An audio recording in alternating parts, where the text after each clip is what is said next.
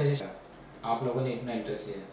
दोस्तों आज का वेबिनार जो पार्ट 2 है कल के वेबिनार का, आज हम बात करने वाले हैं माइक्रो इरिगेशन सिस्टम के मेंटेनेंस के बारे में, रख रखाव के बारे में, जो कि बहुत इंपॉर्टेंट सब्जेक्ट है। तो ये टॉपिक को शुरू करने से पहले मेरी आपसे रिक्वेस्ट है कि आप जरूर ज़्यादा से ज़्यादा लोगों तक ये शेयर कीजिए।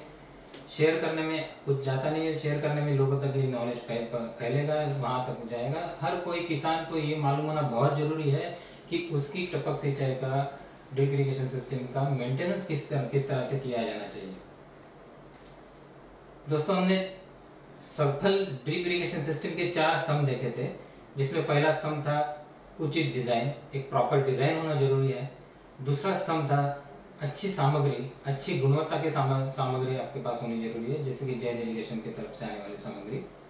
तीसरे के बारे में हमने कल विस्तार पूर्वक चर्चा की, जिसमें इंस्टॉलेशन या स्थापना ड्रिप इरिगेशन सिस्टम की किस तरह से की जानी चाहिए, उसमें जो अलग अलग घटक है उसमें उसकी स्थापना किस तरह से की जानी चाहिए, उसमें छोटी छोटी बातें हैं जिसका आपको ध्यान रखना जरूरी है, उसके बारे में हमने बात की।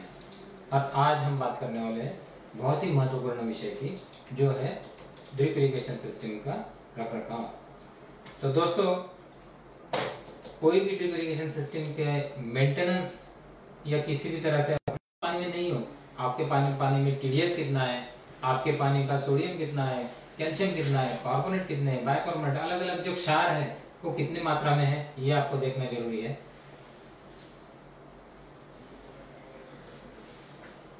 एक मिनट दोस्तों, थोड़ा रुक जाइए, मैं जरा एक कोड शेयर कर लूं। कहाँ पर आता है? जनरल ये मैंने कहा यहाँ जाकर प्रो में जाके चालू नहीं आपके इसमें टैब। हाँ वो क्या आ रहा है? ओके करो, जनरेट किया मैंने। ओके सो दोस्तों हम बात करते हैं, सॉरी थोड़ा सा डिस्टर्बेंस है, टेक्निकल थोड़ी सी हिकअप्स होती है शुरू में, गाड़ी को ट्रैक पे लगाने से पहले थोड़ा सा उसको धक्का देना पड़ता है हमारे। तो दोस्तों हम बात कर रहे थे ड्रिप इरिगेशन सिस्टम के मेंटेनेंस के बारे में, और मैं बात कर रहा था कि पानी की टेस्टिंग करना, सॉइल की टेस्टिंग करना हमारे लिए बहुत इंपॉर्टेंट है। कोई भी स्टेप लेने से पहले आपके पानी में क्या है ये जानना जरूरी है, आपकी मिट्टी कौन सी है, उसमें क्या क्या मिनरल्स है, क्या क्या न्यूट्रिएंट्स अवेलेबल है, ये जानना जरूरी है।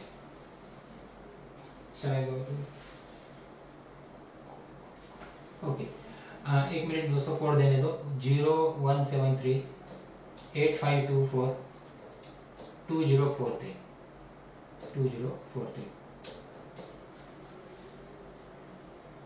तो थोड़ा सा स्क्रीन शेयर करने के लिए ये जो कोड देना पड़ता है, इसके लिए हम थोड़े से रुके थे। अभी जैसे कोड मैं दे दिया, अभी वहां पर आपको स्क्रीन दिखाई देना शुरू हो जाएगा। अभी मैं शेयर करता हूँ मेरा स्क्रीन, तो आपको जैसे कोड दिखाई देगा, हम लोग स्क्रीन के ऊपर जो भी लिखा है उसके बारे में बात करना शुरू करेंगे।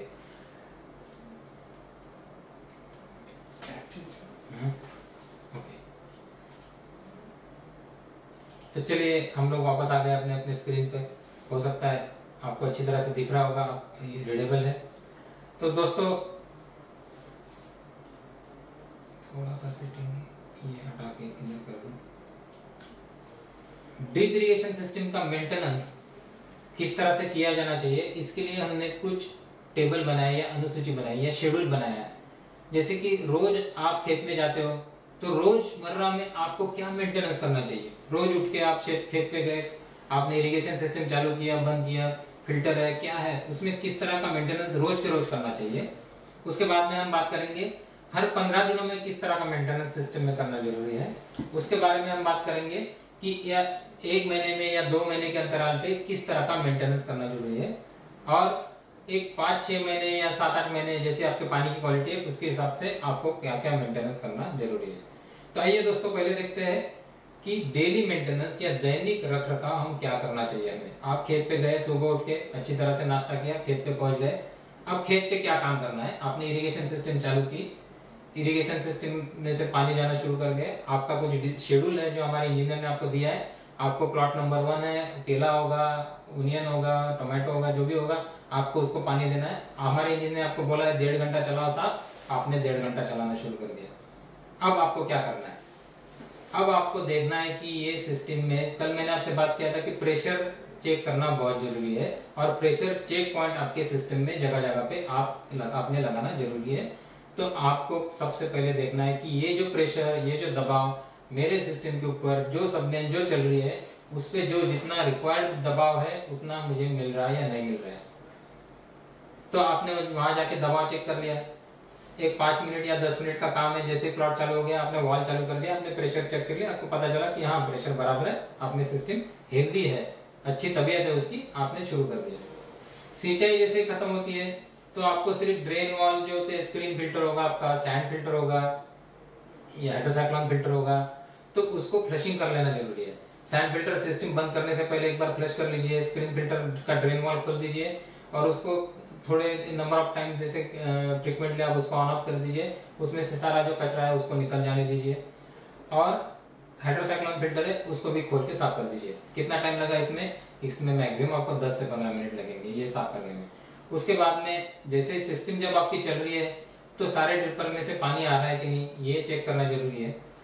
और दोस्तों एक बात बहुत जरूरी है, मैं आपको बोलना चाहता हूँ कि वेटिंग जो चाहिए, क्योंकि ड्रिप इरिगेशन हम क्यों कर रहे हैं, हमारे पौधों को जरूरत के हिसाब से पानी देने के लिए। और पानी कहाँ पर दे रहे हैं आप? पानी आपका ड्रिपर में से जा रहा है, जमीन में जा रहा है, जमीन से जड़ क्षेत्र है वहां पर जा रहा है। सॉइल आपकी या जमीन है आपकी वो एक जैसी नहीं रहती। हालांकि ड्रिप इरिगेशन सिस्टम जब भी आप करते हो तो हम लोग हमेशा सलाह देते हैं कि आपकी सॉइल वेल प्रिपेयर्ड होनी चाहिए, बिल्कुल 2 बार रोटावेटर घुमा लो उसमें से, और इस तरह की सॉइल होनी चाहिए, उसमें बहुत बड़े बड़े ढेले नहीं होने चाहिए। लेकिन फिर भी सॉइल का टाइप बदल सकता है, हो सकता है कि आपका बड़ा खेत है, एक जगह पे आपका सॉइल टाइप अलग है, दूसरी जगह पे सॉइल टाइप अलग है, तो एक जगह पर 4 एलपीएच के ट्रिपर से आने वाला जो वेटेड एरिया है, जो पैच जैसा एक फैला होता है वो अलग हो सकता है, दूसरी जगह पे अलग हो सकता है, एक जगह पे ऐसा फैलेगा, एक जगह पे सीधा फैलेगा, अलग अलग फैला हो सकता है। तो आपको ये जानना जरूरी है कि मेरे जो पौधा लगाया है, जो सॉइल बदल रही मेरी, तो फैलाव किस तरह से होता है। इसके लिए मैं एक आपको सलाह दूंगा, एक सिंपल ऑगर जो होता है वो हाथ में रखना जरूरी है। अगर आपने देखा होगा गोल गोल छोटा सा होता है, हाथ में एक लकड़े जैसा आपको पकड़ना है, मेटल का ऑगर होता है, अब लेके जाना है, जगह जगह पे उसको डालना नीचे, सॉइल उसमें से बाहर निकालना और आपको सॉइल को देख लेना है कि आपका ऑगर आपकी सॉइल जो है वेटिंग हुआ कि नहीं हुआ। जैसे आपने 1.5 घंटा चलाना है इरिगेशन सिस्टम को, 1.5 घंटे में पानी कितना अंदर तक गया, कितना फैल रहा है, ये आपको जगह जगह पे जाके चेक करना चाहिए, जिसके लिए सिंपल ऑगर बहुत काम की चीज है। उसके बाद में ऑनलाइन ड्रिपर अगर आप इस्तेमाल करते होंगे तो बीच बीच में उसको खोल के देखिए कि वो बराबर है या कहीं पर चोक हो रहा है क्या, उसको साफ किया जा सकता है। ड्रिपर की स्थिति के बारे में कल हमने विस्तार पूर्वक बात की थी, लेकिन आज मैं फिर भी एक बार बात करना चाहूंगा इसके बारे में, क्योंकि कल जो लोग हमारे साथ जुड़े नहीं थे या जुड़ नहीं सके थे वो शायद आज बहुत सारे लोग नए जुड़ गए, तो उनके लिए मैं ये बहुत महत्वपूर्ण विषय है कि ड्रिपर कहाँ पोजिशन होना चाहिए और क्यों होना चाहिए। यूजुअली कल मैंने बात किया था कि एक अपना माइंडसेट होता है कि आज यहाँ पर पानी दिया तो कल थोड़ा सा ड्रिपर को हिला देता हूँ, इधर पानी कर देता हूँ, या कभी कभी अपना पैर लग जाता है, कुछ मूवमेंट हो जाती है, तो ड्रिपर आज यहाँ पर था थोड़ा सा उधर गिर गया। तो ये बात समझिए कि ड्रिपर का पानी जब नीचे आता है, साइड में फैलता है, तो मिट्टी में जो भी क्षार है, आपके मिट्टी में क्षार बहुत सारे होते ही आजकल, तो ये क्षार पिघल के ड्रिपर के जो वेटेड एरिया है, जो एक पैर जैसा फैला विनाश वाला क्षेत्र तैयार हो जाता है, उसके बाजू में आ जाता है। ये क्षार जो है जमीन में से बाहर निकल के धीरे धीरे बाहर आ जाते हैं, यानी आपके रूट जोन जो है, आपका जड़ों का जो क्षेत्र है, उसमें से क्षार को बाहर निकाल के आपने बाहर निकल दिया। लेकिन जब आप ड्रिपर की पोजीशन चेंज किया या गलती से चेंज हो गई, एक जगह से दूसरी जगह चला गया, तो मेरा ये जो क्षेत्र है ये दूसरी जगह हट गया, तो क्या हुआ कि मेरा रूट जोन जो है आज यहाँ पर फैला हुआ है, मेरा ड्रिपर पोजीशन हिल गई और फिर दूसरी जगह पे आपका जड़ क्षेत्र में आ गया। तो ये जो क्षार है ये आपके जड़ क्षेत्र में आने के चांसेस है। तो इसीलिए अब क्षार जड़ क्षेत्र में आ गए, इसका मतलब क्या होगा कि आपके रूट जोन जो है, रूट्स है, जड़े जो है पौधों की, उनको पानी में खींचने के लिए तकलीफ हो रही है, तनाव महसूस हो रहा है। तो ये ना होना चाहिए, इसी वजह से आपके ड्रिपर की पोजीशन आपको फिक्स रखना जरूरी है। अगर आपका पौधा छोटा है तो पौधे के नजदीक होना चाहिए। जैसे पौधा बड़ा होते जा रहा है, अगर आपका हॉर्टिकल्चरल प्लांट्स है, बगीचे में आप कर रहे हैं ड्रिप इरिगेशन, तो आपका जैसे पौधा बड़ा होते जा रहा है तो धीरे धीरे ड्रिप लाइन की पोजीशन साइड में कर लेनी चाहिए। जनरली आपका आपको ये जो ड्रिपर की पोजीशन है ये सेंटर ऑफ कैनोपी हम बोलते हैं, मतलब जो आपका पेड़ का तना है और आखिरी छोर है जो पेड़ का, उसके सेंटर में या लगभग सेंटर के पास होना चाहिए। ये उसकी प्रॉपर पोजीशन है। अगर आप रो क्रॉप्स कर रहे हैं जैसे कॉटन है या शुगर केन है, तो उसमें एक वेटेड स्ट्रिप कंटिन्यूसली आनी चाहिए। वहां पर तो जगह आपको चेंज करने की जरूरत नहीं होती ड्रिप्स लाइन की, तो एक कंटिन्यूस वेटेड स्ट्रिप आनी चाहिए। उसमें स्नेकिंग नहीं होना चाहिए, बेड के ऊपर नीचे इस तरह से लेटरल की ऐसी नहीं होनी चाहिए, सीधी तनी हुई लेटरल होनी चाहिए। आखिरी छोर पे लेटरल आपके लोहे के सिरे से या लकड़ी के खुट्टे से बंदी होनी चाहिए, तन के बंदी होनी चाहिए। क्योंकि कल हमने बात की थी कि लेटरल का भी तापमान की वजह से आकुंचन प्रसरण होता है, तो ये कम करने के लिए हमको लेटरल तन के बांध देने चाहिए। तो ये दोस्तों ये है दैनिक रखरखाव। इसमें बहुत ज्यादा टाइम नहीं लगा, मैंने तो हिसाब भी लगाया आपके लिए कि 10 मिनट में मैंने वॉल के पास का प्रेशर चेक किया, 10-15 मिनट में मैं ड्रेन वॉल्स खोल के साफ कर रहा हूँ, तो हो गए मेरे 15-20 मिनट और यानी 20-25 मिनट हो गए। फिर मैं ड्रिपर अगर चेक कर रहा हूँ या जगह जगह पे जाके वेटिंग एरिया चेक कर रहा हूँ, तो मुझे ज्यादा से ज्यादा आधा घंटा लगेगा, 20-25 मिनट। तो मैक्सिमम 25-30-40 मिनट में आपका डेली का मेंटेनेंस हो जाता है। ये डेली का मेंटेनेंस एक तरह से डेली हम बोलते हैं ना कि डेली थोड़ी सी कसरत कर लेनी चाहिए तो हम बीमार नहीं पड़ेंगे, इस तरह का ये डेली का मेंटेनेंस है। ये डेली की कसरत है ताकि आपकी सिस्टम स्वस्थ पूर्वक रहे, हेल्दी रहे। उसके बाद में दोस्तों बात करते हैं कि पाक्षिक रखरखाव, यानी 15 दिन के बाद में आपको किस तरह के मेंटेनेंस शेड्यूल्स आपको करनी चाहिए। तो ड्रिपर में से जो पानी आ रहा है वो बराबर आ रहा है कि नहीं, ये चेक करना जरूरी है। मतलब क्या करना है आपको, सिंपल है, ड्रिपर के नीचे कुछ कैन रख दो या कुछ भी ले लो, बॉटल ले लो, 3 मिनट के लिए ड्रिपर में से आने वाला फ्लो रेट चेक करो और उसके बाद में उसका चेक करो कि ये जो फ्लो रेट, जैसे 4 लीटर का ड्रिपर है तो मुझे जो जरूरत के लिए हिसाब से फ्लो रेट मिल रहा है या नहीं मिल रहा है, 4 लीटर का 4 ही मिल रहा है, ±10% तक तो अलाउ हो सकता है, आपको उतना वेरिएशन हाइड्रोलिकली सिस्टम होता है, लेकिन ओवरऑल मुझे प्रॉपर डिस्चार्ज मिल रहा है कि नहीं ये चेक करना जरूरी है। बहुत ही कम डिस्चार्ज हो गया या बहुत ही ज्यादा ड्रिपर चोक हो गया तो उसके बाद में चेक करने में कोई मतलब नहीं है। यूजुअली जो ड्रिपर क्लॉगिंग हो गया या चोक हो गया उसकी डेफिनेशन क्या है मैं आपको बताता हूँ दोस्तों। अगर आपका ड्रिपर का जो फ्लो रेट है, जैसे 4 लीटर का ड्रिपर है, 4 लीटर प्रति घंटा, उससे अगर 30% कम हो गया उसका फ्लो रेट तो हम बोलते हैं कि ड्रिपर अभी चोक होने लग गया है। तो आपको ये देखना जरूरी है कि मेरा ड्रिपर का फ्लो रेट 30% से कम जा रहा है या क्या है, क्योंकि उसको समय पर ही ट्रीटमेंट किया आपने तो वो ठीक हो सकता है। बहुत ही ज्यादा पूरी तरह से अगर ड्रिपर चोक हो गया तो शायद वो ठीक होना या उसको क्लीन करना या क्लियर करना बहुत ही ज्यादा मुश्किल हो जाता है। तो दोस्तों ड्रिपर का फ्लो रेट देखना है आपको, अगर ड्रिपर खोल के साफ कर सकते हो तो साफ करो। उसके बाद में बहुत इंपॉर्टेंट है कि मीडिया फिल्टर जो होता है और स्क्रीन फिल्टर, तो स्क्रीन फिल्टर को खोलो, उसकी जाली बाहर निकालो और उसमें से अगर आपका डिस्क फिल्टर होगा या स्क्रीन फिल्टर होगा तो वो इसको निकालो, उसको पूरी तरह से उसको क्लीन करो। क्लीन करना मतलब क्या, डिस्क फिल्टर का क्लीन करना, तो इसको खोलना आपको, इसके अंदर की डिस्क है ये जो बहते पानी में आप इसको साफ करो। इसके अंदर सरेशंस होते हैं, अगर आपने डिस्क को पूरी तरह से देखा तो इसके अंदर ऐसे छोटी छोटी नालियां है, तो इसको भी आप हाथ से रगड़ के या कोई अपना दांत का ब्रश होता है, टूथब्रश होता है, उससे आप इसको रगड़ के साफ करो, तो इसके अंदर जो फंसी हुई जो मिट्टी के कण वगैरह है वो भी बाहर निकल जाते हैं। स्क्रीन फिल्टर अगर आप कर लेते हो तो स्क्रीन फिल्टर को भी आप इसी तरह से क्लीन करो, उसको हाथ में ले लो, पूरी तरह से रगड़ के साफ करो, उसके अंदर कुछ भी बचा हुआ या अटका हुआ नहीं रहना चाहिए इस तरह से। ये हो गया 15 दिन के बाद में। मीडिया फिल्टर रोज आप बैकवॉश तो कर ही रहे, लेकिन क्या हो जाता है दोस्तों कि बहुत बार जो आपके पानी में क्षार होते हैं, पानी में कचरा होता है, तो ये जो क्षार है जब आप सिस्टम बंद कर देते हो और थोड़ा सा पानी नीचे उतर जाता है सिस्टम में, क्षार वाला थोड़ा सा पानी रेत में रह जाता है, जो मीडिया फिल्टर में रेत है, और जैसे ही थोड़ा सा पानी का बाष्पीभवन हो जाता है ये क्षार जो है ये अंदर जमना शुरू हो जाता है, और फिर सैंड और उसके साथ में ये जो क्षार है ये हार्ड होते हैं, उसका एक केक बन जाता है, एक हार्ड एक ढेले जैसा बन जाता है। और ये जो रेगुलर बैकवॉश करते हो आप तब ये कभी कभी बैकवॉश पूरी तरह से नहीं होता, क्योंकि ये खुलता ही नहीं है, ये पूरा ढेला हार्ड है, ये टूटता नहीं है, इसमें से पानी आपका बैकवॉश नहीं हो रहा ठीक से। तो आपको एक 15-20 दिनों में ये सैंड फिल्टर का ढक्कन खोलो, उसके अंदर हाथ डालो, पूरी तरह से रेत को घुमाओ इधर से उधर, और बैकवॉश मोड में उसमें से ढक्कन में से मैनुअल में से पानी बाहर गिरने दो। ये अगर आप करोगे तो सैंड फिल्टर पूरी तरह से क्लीन हो जाएगा आपका, तो ये करना जरूरी है। दोस्तों एक छोटा सा वीडियो मैं यहाँ पर प्ले करता हूँ, जिससे आपको ये पाक्षिक जो है 15 दिनों के बाद में क्या क्या किस तरह से एक्टिविटीज करनी है ये पता चल जाएगा। जिसमें अभी हम आपको दिखा रहे हैं कि ड्रिपर का डिस्चार्ज आपको किस तरह से मेजर करना है।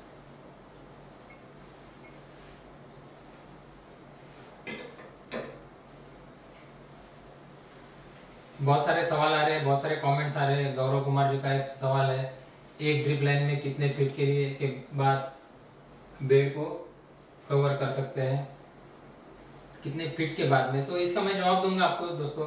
नरेंद्र भाई का भी सवाल है, सलीम ने भी कुछ फार्मर के बारे में, कुछ स्मार्ट लिंक के बारे में पूछा है, तो जरूर बात करेंगे हम इसके बारे में।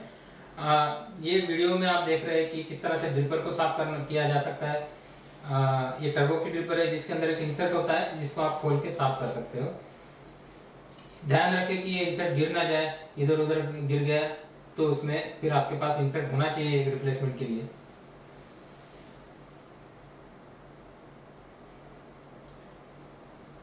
तो ये ड्रिपर का मेंटेनेंस। ये है जेल ऑफ ड्रिपर। ये 2 पीस ड्रिपर है, मतलब इसमें 2 ही पार्ट होते हैं। एक पार्ट आप हाथ में रख सकते हैं, जैसे टर्बो की में हमने देखा कि 3 पार्ट है, बीच वाला इंसर्ट अगर कहीं गिर गया तो मुश्किल हो जाती है। तो 2 पार्ट वाला ड्रिपर है, एक हाथ में रहता है, आप उसको इजीली साफ कर सकते हो और वापस लगा सकते हो।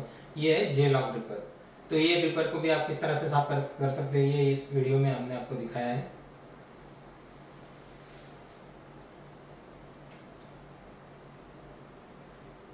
अगर कहीं पर आपकी ट्यूबिंग पॉलीट्यूब पंक्चर है, छेद पड़ गया है, तो वहां पर आप हुक प्लग लगा सकते हो। छोटा सा प्लग होता है, ये इस तरह का प्लग है छोटा सा, ये प्लग आप लगा सकते हो। वहां पर जहां पर भी होल हुआ है वहां पर आप ये प्लग को डाल के लगा सकते हो, तो ये प्लग हो जाता है, वो होल बंद हो जाता है। तो इस तरह का। कभी कभार दोस्तों क्या होता है कि आपकी जो इनलाइन है, इनलाइन में से धार उड़ती है ऊपर ऐसे, ये जो उसका आउटलेट होता है ना, उसके ऊपर शेवाल जम जाता है या क्षार जो आता है, ये क्षार इधर जम जाता है। तो ये क्षार अगर जम गया है आउटलेट के पास, तो इसको आपको थोड़ा सा तोड़ मरोड़ के ऐसा ऐसा करके हिला के ये जो क्षार है यहाँ का निकाल दो, तो ये जो धार यहाँ से निकलती है ये वहां पर गुनगुन गिरना शुरू हो जाता है। ये छोटी छोटी चीजें ये करना जरूरी है। फिर सैंड फिल्टर की सैंड आप समय समय पर चेक करो। मैं ये नहीं कहूंगा कि हर 15 दिनों में सैंड फिल्टर की सैंड चेक करना जरूरी है। आप इसको लगभग 5-6 महीने के बाद भी चेक कर सकते हो। लेकिन सैंड कैसी होनी चाहिए, वो कल हमने बात किया था कि ग्रेडेड एंगुलर, एक कोने वाली, नुकीली कोने वाली सैंड रेत अंदर होनी चाहिए। बहुत बार ऑपरेशन करने के बाद में ये रेत जो है ना घिस जाती है, राउंडेड हो जाती है, गोल हो जाती है, तो तब आपका सैंड फिल्टर इफिशिएंटली काम नहीं करता। तब आपको ये रेत बदल देने की जरूरत है, ये आपको देखना जरूरी है। तो ये दोस्तों वीडियो है, इसकी लिंक भी हम आपके साथ में शेयर करने वाले हैं। अगर आपको ये वीडियो बहुत जल्दी जल्दी में शायद इतनी तरह से अच्छी तरह से आप देख नहीं सके, तो ये लिंक के ऊपर आप क्लिक कर दीजिए, लिंक के ऊपर से भी आपको ये पता चलेगा।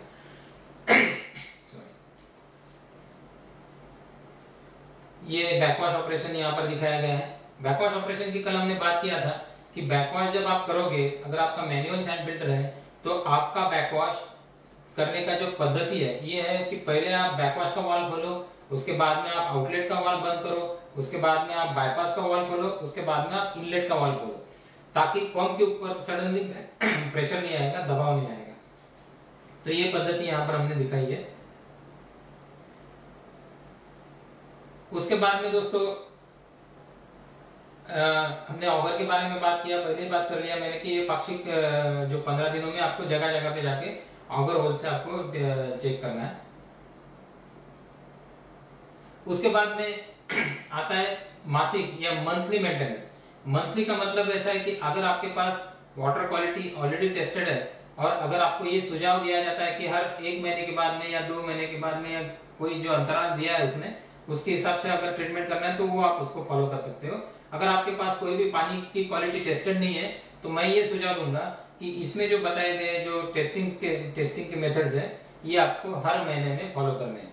तो इसमें क्या क्या है, तो बेसिकली पानी में 2 चीजें आती है। जो पानी अगर हम बोलते हैं कि मेरा पानी इम्प्योर है, उसमें कुछ कंटेमिनेशन आ रहा है, तो क्या क्या कंटेमिनेशन आता है। एक तो आता है कि पानी में रहने वाले क्षार, दूसरा आता है कि पानी में जो भी फिजिकल इंप्योरिटीज है जिसमें रेत है, मिट्टी है, ये आती है। तीसरा आता है कि बायोलॉजिकल इंप्योरिटीज जिसको बोलते हैं, जिसमें आता है कि बैक्टीरिया या जीवाणु या तो फिर शैवाल, काई, ये 3 प्रकार की इंप्योरिटीज पानी में आती है हमेशा। उसमें जो फिजिकल इंप्योरिटीज रहती है ये तो हम फिल्टर के द्वारा साफ कर सकते हैं। फिल्टर में से निकल जाती है। कुछ हद तक ये जो बैक्टीरियल बायोलॉजिकल इम्प्योरिटीज है जिसमें शैवाल है, खाई है, ये जो है ये भी हम सैंड फिल्टर के द्वारा हम साफ कर सकते हैं या डिश फिल्टर का इस्तेमाल करके हम उसमें से निकाल सकते हैं। लेकिन जो डिजॉल्व इम्प्योरिटी है, जो पानी के अंदर घुला हुआ जो क्षार है जो ऑलरेडी घुला हुआ है, वो कोई भी फिल्टर नहीं निकाल सकता। वो फिल्टर में से पास होके आगे आपके सिस्टम में जाके जमने का चांसेस रहता है, तो वहां पर हमको एसिड ट्रीटमेंट करना पड़ता है। और ये अंदर जाके क्यों जमेगा? क्योंकि आपने सिस्टम चलाया, ड्रिपर में से पानी गया, आपने सिस्टम या वो सेक्शन बंद कर दिया, उसके बाद में आपको 1 दिन के बाद में या 2 दिन के बाद में उसको चलाना है। मतलब क्या हुआ कि 2 दिन सिस्टम आपकी बंद है, वो 2 दिन जब सिस्टम बंद है आपको और कड़े धूप में अगर वो ट्यूब एक्सपोज हो रही है, अंदर का तापमान बढ़ रहा है, अंदर पानी है, ड्रिपर के अंदर भी थोड़ा सा पानी बचता है, ट्यूब के अंदर भी पानी बचा हुआ है, तो ऐसी कंडीशन में जब पानी का तापमान बढ़ता है तो पानी के अंदर जो क्षार है, घुले हुए क्षार है, वो धीरे धीरे छूटे पड़ने शुरू हो जाते हैं। और ये छूटे पड़ते ये ड्रिपर के अंदर बैठेंगे या आपकी जो नली है या पाइपलाइन है उसके अंदर बैठेंगे, और ये बैठने के बाद इमीडिएटली जम नहीं जाते।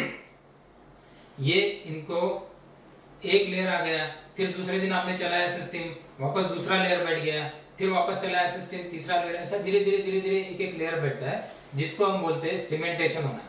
मतलब सीमेंट जैसी प्रक्रिया है। क्योंकि क्षार मतलब क्या है? कैल्शियम या जो मैग्नीशियम, पोटेशियम, ये जो है ये सीमेंट में जो आपको इंग्रेडिएंट्स होते हैं यही है। और ये जब एक दूसरे के साथ में मिलते हैं और धीरे धीरे सॉलिडिफाई होते हैं, धीरे धीरे वो सॉलिड हो जाते हैं, जिसको हम स्केलिंग कहते हैं। तो एक बार स्केलिंग अगर हो गया, एक बार सीमेंटेशन हो गया, तो उसको एसिड के द्वारा निकलना भी बहुत मुश्किल हो जाता है, बार बार एसिड ट्रीटमेंट करनी पड़ती है। इसीलिए दोस्तों हम हमेशा बोलते हैं कि ट्यूब को डेली फ्लश करो। मतलब जो 15 दिन की जो एक्टिविटीज है उसमें मेरा कहना यही है कि आपको सारी ट्यूबिंग्स, सारी लैटरल्स आपको फ्लश करनी है। लेकिन कैसी फ्लश करनी है? आपको डेली फ्लश करनी है। डेली मतलब कैसा कि रोज सारी, अगर आपके तो फील्ड में हजारों लैटरल्स होंगे तो इतनी सारी लैटरल खोल के साफ करना बहुत मुश्किल है, प्रैक्टिकली शायद संभव नहीं है। लेकिन आप डिसाइड कर लो कि आज मैं 10 लैटरल साफ करूंगा, फिर दूसरे दिन दूसरी 10, तीसरे दिन तीसरी 10, इस तरह से इस तरह का प्रोग्राम आप बनाइए कि हर 15वें दिन पे या 16वें दिन पे आप जो पहला वाला सेक्शन था उसी पे पहुंचोगे। यानी 15 दिन में आपको जितने भी लैटरल्स है उसको साफ करने का एक कार्यक्रम बना लेना पड़ेगा। और लैटरल कैसे ओपन करके फ्लश करनी है? एक एक लैटरल, सारे के सारे लैटरल एक बार फ्लश कर खोल दोगे तो प्रेशर ड्रॉप हो जाएगा और ज्यादा प्रेशर से सिस्टम फ्लश नहीं होगी। तो आपको एक एक लैटरल खोलनी है, एक एक लैटरल में से पानी निकल जाना चाहिए ताकि वो अच्छी तरह से फ्लश हो। तो ये हो गया, ये एक्चुअली पाक्षिक में आने वाला चीज है। पाक्षिक में आप 15 दिन में ये लैटरल फ्लशिंग का भी काम आपको करना चाहिए। अब बात करते हैं कि अगर ये आपने नहीं किया फ्लशिंग, तो ये जो क्षार है अंदर जमे हुए, ये क्षार धीरे धीरे सीमेंटेशन में बदल जाएंगे, धीरे धीरे उनका सीमेंटेशन हो जाएगा, हार्ड होते जाएंगे, और फिर उसको निकालने के लिए आपको एसिड ट्रीटमेंट करना पड़ेगा। हो सकता है बार बार एसिड ट्रीटमेंट करना पड़ेगा, जितना क्षार अंदर जमा है उसके हिसाब से। दूसरा होता है जीवाणु या शैवाल। शैवाल तो आप समझ सकते हैं कि शैवाल ऐसी चीज है, छोटा सा टुकड़ा भी अंदर आ गया पाइपलाइन के अंदर से, स्क्रीन के अंदर से, फिल्टर के अंदर से, तो पाइपलाइन के अंदर खुद को डेवलप करना शुरू कर सकता है। धीरे धीरे पाइपलाइन में पूरी तरह से वो इतना शैवाल हो जाता है कि आपका 4 इंच का पाइप धीरे धीरे 2 इंच का बन जाता है या चौक होना शुरू हो जाता है। तो इसीलिए शैवाल आपको निकालना जरूरी है। दूसरी बात है बैक्टीरिया। अब आप कहेंगे कि भाई जीवाणु तो बहुत छोटे होते हैं, है ना, वायरस तो हमको दिखता ही नहीं है कोरोना जैसा, लेकिन बैक्टीरिया है वो छोटे मोटे शायद हमको माइक्रोस्कोप के अंदर दिखते हैं, लेकिन इतने से छोटे से जीवाणु हैं, ये मेरे ड्रिप सिस्टम को किस तरह से चोक कर सकते हैं। ये बहुत ही इंपॉर्टेंट है कि जीवाणु मेरे ड्रिप सिस्टम को किस तरह से चोक कर सकते हैं। दोस्तों बैक्टीरिया जो होते हैं ना, ये बैक्टीरिया खुद सिस्टम को चोक नहीं करते, ये अपने साथ में कुछ स्लाइमी, ये चिकनाश छोड़ते जाते हैं। मैं आपको एक उदाहरण देता हूँ। आप अगर घर में आपके प्लास्टिक की बाल्टी होंगी, उसमें पानी भर के रख दीजिए, 2 दिन पानी वैसे ही पड़ा रहने दीजिए। बहुत बार हम लोग पानी भर के रख देते हैं, और जब हम उसको पानी को निकालेंगे तीसरे चौथे दिन, तो धीरे से उसकी बाल्टी की जो साइड है वहां पर आप हाथ घुमा के देखिए, आपको चिकनाश लगेंगे। अगर आपके पानी में बैक्टीरिया हो गए तो बैक्टीरिया ने जो प्रेसिपिटेट किया है स्लाइम्स, ये स्लाइम्स की वजह से ये चिकनाश वहां पर आ गई है। ये चिकनाश क्या है? ये चिकनाश जब ये इसी तरह से जो चिकनाश है ड्रिपर के अंदर या इनलाइन के अंदर या पॉलिट्यूब के अंदर आ गई, तो धीरे धीरे ये क्या करती है, जब मिट्टी का कोई कण अंदर जा रहा है, ड्रिपर के अंदर से जा रहा है, छोटा सा कण है जो ड्रिपर में से सहजता से बाहर निकल सकता है, लेकिन ये चिकनाश उसको पकड़ती है। और अगर मान लो कि आपका प्रेशर डाउन है, आपने फिल्टर को प्रॉपर्ली मेंटेन नहीं किया, इसी वजह से फिल्टर चोक हो रहे, फिल्टर का प्रेशर या पंप का प्रेशर डाउन है, वोल्टेज कम है, किसी भी तरह से प्रेशर डाउन है आपका सिस्टम में, तो लो प्रेशर में ये जो रेती का कण है, मिट्टी का छोटा सा कण है जो ड्रिपर में से बाहर निकल सकता था, वो चिकनाश के साथ में अटक गया, चिपक गया। फिर ये एक जो कण है इसके साथ में दूसरा कण आ गया, ये भी वहां पर चिपक गया। ये धीरे धीरे धीरे जिसको क्लम्पिंग बोलते हैं, तो एक क्लम्प तैयार हो जाता है, ये ब्रिजिंग बोलते हैं इसको, कि धीरे धीरे ये जो मिट्टी के जो कण है इसका एक ब्रिज तैयार हो जाता है, या उसका एक वहां पर अवरोध तैयार हो जाता है, जिसकी वजह से आपका ड्रिपर चोक होने के चांसेस है। तो शुरुआत किसकी वजह से हुई? बैक्टीरिया की वजह से। बैक्टीरिया के अंदर कुछ स्लाइम है, कुछ चिकनाश छोड़ता है वो, ये चिकनाश ड्रिपर के अंदर, ड्रिपर का जो दीवार है, ये जो इसके अंदर की ये इस तरह की छोटी छोटी नालियां है, इसके अंदर बैठ गया। यहाँ से जब कुछ बारीक मिट्टी का कण जा रहा है आगे, तो ये यहाँ पर चिपक गया। ये एक ने दूसरे को रोका, दूसरे ने तीसरे को रोका, धीरे धीरे करके आपका ड्रिपर चोक किया उसने। तो इसकी वजह से भी बैक्टीरिया का जो कंटेमिनेशन है इसको निकालना जरूरी है हमको। मतलब क्या है कि बैक्टीरियल कंटेमिनेशन, बायोलॉजिकल कंटेमिनेशन में क्या है, शैवाल आ गया और बैक्टीरिया जीवाणु आ गया, इसको निकालने के लिए हमको क्लोरीन ट्रीटमेंट करना बहुत जरूरी है। और तीसरा प्रॉब्लम क्या आ जाता है कि कभी कभी हमको गिलहरी आती है, स्क्विरल्स या खिसकली जिसको हम बोलते हैं, ये ट्यूब को काटती है। ये चूहे का बहुत बड़ा प्रॉब्लम आता है, चूहा की ट्यूब को काटता है।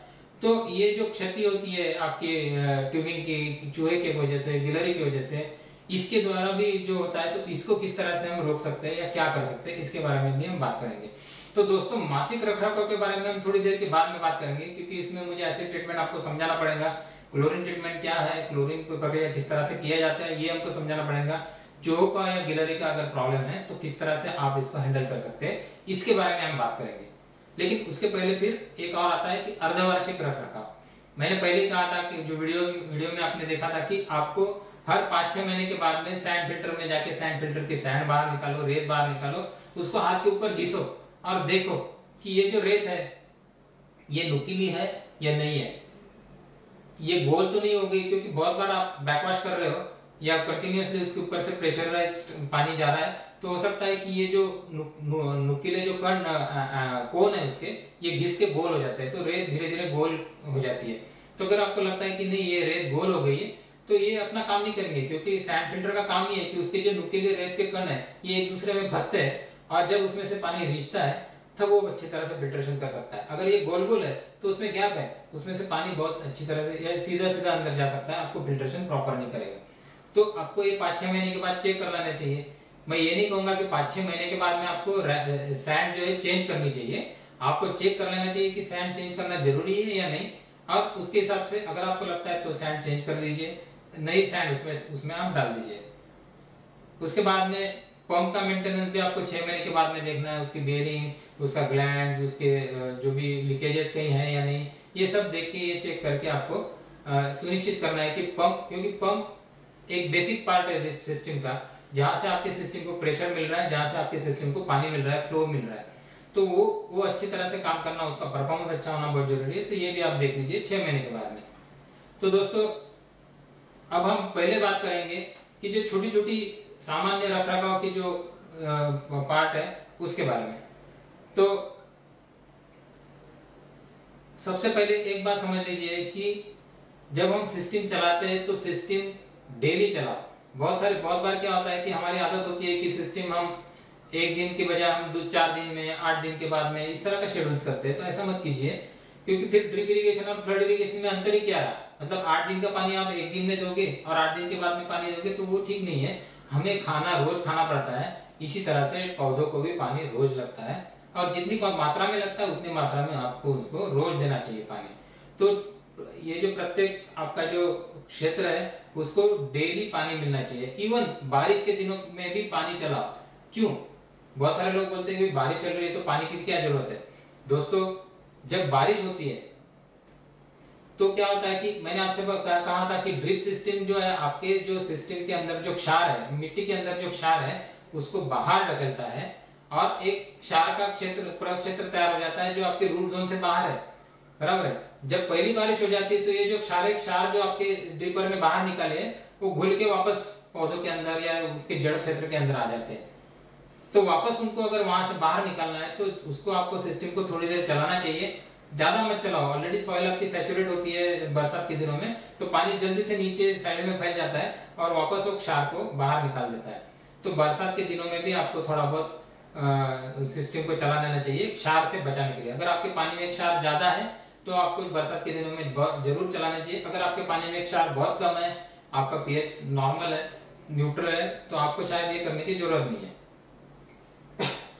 उसके बाद में एक रिकमेंडेशन हमेशा आपको पता ही होगा और आपको दी जाती होंगी कि आप वाटर सोल्यूबल फर्टिलाइजर्स या लिक्विड फर्टिलाइजर्स का इस्तेमाल कीजिए ज्यादा से ज्यादा।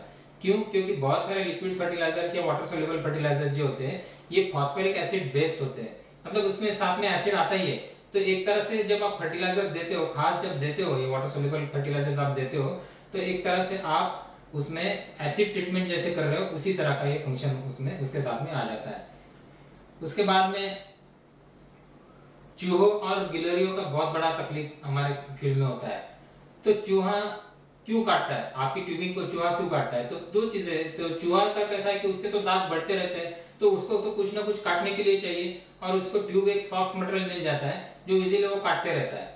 तो इसी वजह से अगर चूहा अगर काट रहा है तो वो पूरा तरह से डिस्ट्रॉय कर देता है, मतलब इस तरह से काटता है कि उसको आप काट के कोई जॉइनर वगैरह या कुछ फिटिंग भी कर नहीं सकते, पूरी तरह से डिस्ट्रॉय कर देता है। तो चूहे का बहुत बड़ा प्रॉब्लम आपके सिस्टम में होता है।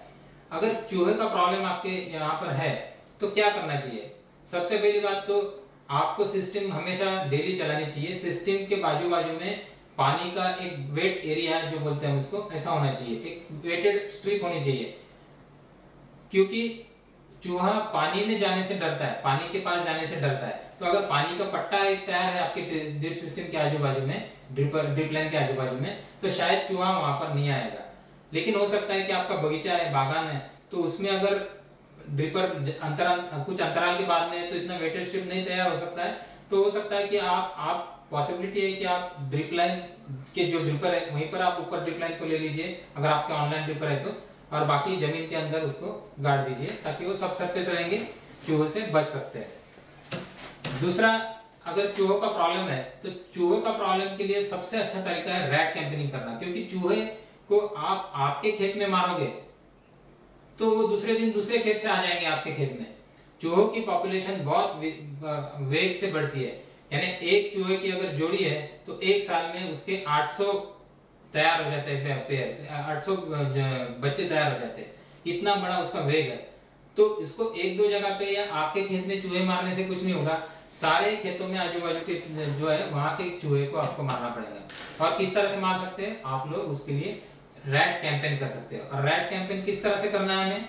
तो रैट कैंपेन के लिए एक्चुअली पहले दिन आप जाइए, सारे के सारे जो फार्मर्स है, सारे के सारे काश्तकार है, सब मिलके जाइए, अपने अपने खेत में कहां पर होल्स है, बिल है, ये देख लीजिए और उनको ढक दीजिए। हो सकता है वो चूहे का हो या हो सकता है वो चूहे का ना भी हो, तो उनको मिट्टी से ढक दीजिए। दूसरे दिन वहीं पर जाके देख लीजिए कि कितने होल्स जो है, कितने जो बिल है ये खुले हुए हैं। जब खुले इसका मतलब वहां पर चूहा शायद गया है। उसके बाद में सब लोग मिलके जो रैट किलिंग जो मटेरियल मिलता है, रैट केक्स मिलते हैं, ये लेके उसकी भजिया या कुछ भी बना के आप उसको खुद ना खाइए, बच्चों को उसके साथ उससे दूर रखिए। और ये जो होल्स है, ये जो बिल है इसके पास में रख दीजिए। सारे के सारे काश्तकारों ने एक साथ करना चाहिए। तो दूसरे दिन या तीसरे दिन सारे के सारे चूहे एक साथ मर जाते, तो उनकी पॉपुलेशन डाउन हो जाती। क्योंकि चूहा सिर्फ आपकी ट्यूबिंग को खराब नहीं कर रहा है, ये तो आपका जो उत्पादन है, जो अन्नधान्य है, इसको भी खराब कर रहा है। तो उसके लिए उसके ऊपर कंट्रोल करना बहुत जरूरी है। फिर खेतों में जो सांप होते हैं उसको ना मारिए, ये हमारे दोस्त है, ये चूहे की पॉपुलेशन को कंट्रोल में रखते हैं, तो उनको ना मारिए, जितना हो सके उनसे बचिए और उनको ना मारिए। दूसरा प्रॉब्लम होता है गिलहरी का। तो चूहा तो उसके दांत बढ़ते इसलिए काटता है, गिलहरी पानी पीने के लिए काटती है बहुत बार। तो गिलहरी के लिए आप हो सके तो बड़े कटोरे में कहीं पर पानी रख दीजिए, तो वहीं पर पानी पियेंगे, तो शायद आपकी ट्यूबिंग की तरफ नहीं जाएंगे। दूसरी बात, बड़े जो पेड़ होते हैं खेत में, उसके पास वाली जो ट्यूबिंग होती है उसी को गिलहरी काटती है, क्योंकि गिलहरी ज्यादा लंबा नहीं जाती, वो वहीं पर पेड़ के आजू बाजू वाले जो ट्यूबिंग है उसको काटती है, वापस आ जाती है। उसको पानी चाहिए होता है, उसको लगता है यहाँ से पानी मिलता है, वहां पर काटती है। तो अगर ऐसी स्थिति है, कोई बड़े पेड़ है आपके खेत में, तो उसके आजू बाजू में उसको पेड़ का जो तना है, उसका बुंदा जो है, उस पर आप जीआई का एक गैल्वेनाइज्ड आयरन का एक शीट जो पतरा होता है उसको लगा दीजिए, बांध दीजिए। ये जो हमने ऊपर जो फोटोग्राफ में यहाँ पर दिखाया है इस तरह से। तो ये करने से क्या होगा कि जो गिलहरी है, ये स्क्विरल, ये अगर नीचे उतर गई है तो उसको ऊपर चढ़ना पॉसिबल नहीं है, ये पतरे के ऊपर से उसके पैर फिसलते हैं। अगर ऊपर है तो उसको नीचे आना शायद पॉसिबल नहीं होता, तो वो पेड़ छोड़ के चले जाती है। तो इस तरह से आप उसका गिलहरी का जो सामना कर सकते हैं, या तो कटोरे रख दीजिए, थोड़ा सा पानी उनके लिए दे दीजिए, जीव दया होगी। अगर नहीं कर हो सकता है या पॉसिबल नहीं है, तो एक बुंदे के आजू बाजू में तने के ऊपर आप जीआई की शीट लगा दीजिए, तो उससे भी आप ये गिलहरी के से बच सकते हैं। उसके बाद में जब लैटरल आप कलेक्ट करके रखते हैं दोस्तों, तो इस तरह के जो फोटोग्राफ में दिखाया इस तरह से ना रखिए, जैसे पेड़ के पास में पूरा का पूरा एक साथ रख दिया, तो ये तो आपने गिलहरी या चूहों के लिए तो पूरा सामने रख दिया कि भाई आओ और खाओ।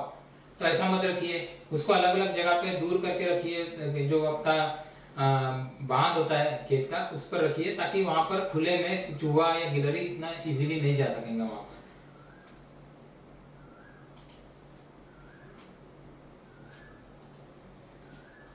तो दोस्तों ये यहाँ पर फोटोग्राफ में दिखाया है कि लैटरल किस तरह से आपको रखनी नहीं चाहिए, और लैटरल किस तरह से आप रख सकते हैं, या इसके अलावा अगर आप ऊपर कोई बांबू या कुछ लगा के उसके ऊपर टांग सकते हो, जहां पर गिलहरी या चूहा नहीं जाएगा सीधा सीधा, ऐसी जगह पे अगर आपने लगाया तो बहुत अच्छी चीज है।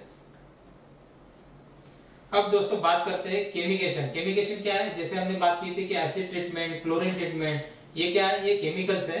ये केमिकल्स को सिस्टम के अंदर डालना, इसको हम लोग बोलते हैं केमिकेशन करना। तो केमिकेशन क्या होता है, केमिकेशन किस तरह से किया जाना चाहिए।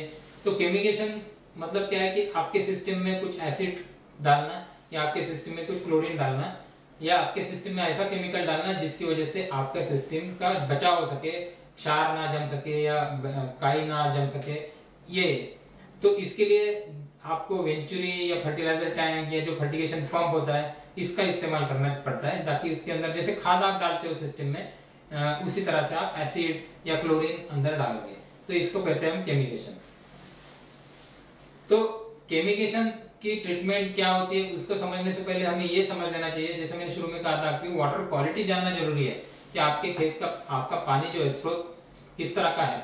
तो यहाँ पर ये टेबल है, इसमें कुछ वैल्यूज दी है, जैसे कुछ लो है हमको चल सकते हैं, मॉडरेट मतलब चला सकते हैं, और सीवियर है मतलब हमको सोचना पड़ेगा कि अगर ऐसा पानी में ये क्वालिटी है तो मुझे क्या करना चाहिए। जैसे कंडक्टिविटी है, कंडक्टिविटी मतलब क्या है कि इलेक्ट्रिकल कंडक्टिविटी मतलब पानी से इलेक्ट्रिकल करंट कितना जोर से बह सकता है, जितने क्षार ज्यादा उतना करंट ज्यादा बह सकता है, तो मतलब उसकी क्या इलेक्ट्रिकल कंडक्टिविटी ज्यादा है। तो आपकी कंडक्टिविटी लगभग 0.8 के आसपास होनी चाहिए या उससे कम होनी चाहिए, तब हम बोल सकते हैं कि पानी में क्षार कम है। फिर दूसरे बहुत सारे सॉल्ट्स पानी में आते हैं, लेकिन जो महत्वपूर्ण सॉल्ट्स है हमारे लिए ड्रिप इरिगेशन सिस्टम के क्लॉगिंग पॉइंट ऑफ व्यू से, उसके बारे में यहाँ पर हमने ज्यादा लिखा है। जैसे कैल्शियम है, मैग्नीशियम है, कार्बोनेट्स है, कार्बोनेट कैल्शियम कार्बोनेट हो सकता है या सोडियम कार्बोनेट हो सकता है। फिर बाइकार्बोनेट्स है, ये कैल्शियम या सोडियम का बाइकार्बोनेट हो सकता है।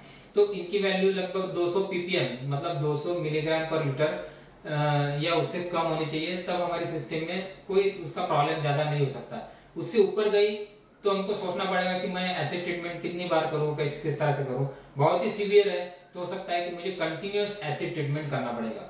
यूजुअली एसिड ट्रीटमेंट की बात हम करते हैं तो उसमें इंटरमीडिएट या कंटिन्यूअस एसिड ट्रीटमेंट इस दो प्रकार की होती है। जब कंटिन्यूअस एसिड ट्रीटमेंट का मतलब क्या है कि आपका पानी का पीएच ऑलरेडी 8.5 9 या उसके भी ऊपर है, और आपका ये पीएच कम अगर नहीं किया आपने तो हो सकता है आपकी सिस्टम जल्दी से जल्दी चोक होने के चांसेस है।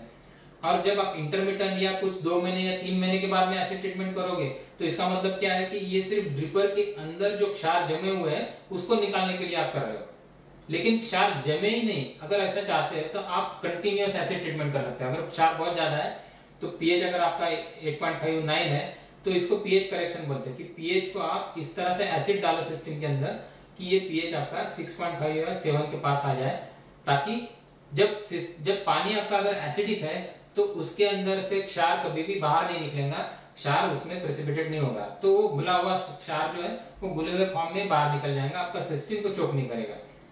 तो ये हो गया कंटिन्यूअस एसिड ट्रीटमेंट। अगर सीवियर कंडीशन है आपके इसमें सॉल्ट्स की, तो आप कंटिन्यूअस एसिड ट्रीटमेंट, बहुत ज्यादा एसिड नहीं लगेगा उसमें, उसके बारे में हम बात करेंगे, कम लगेगा, लेकिन आप कंटिन्यूअसली उसको दे सकते हो।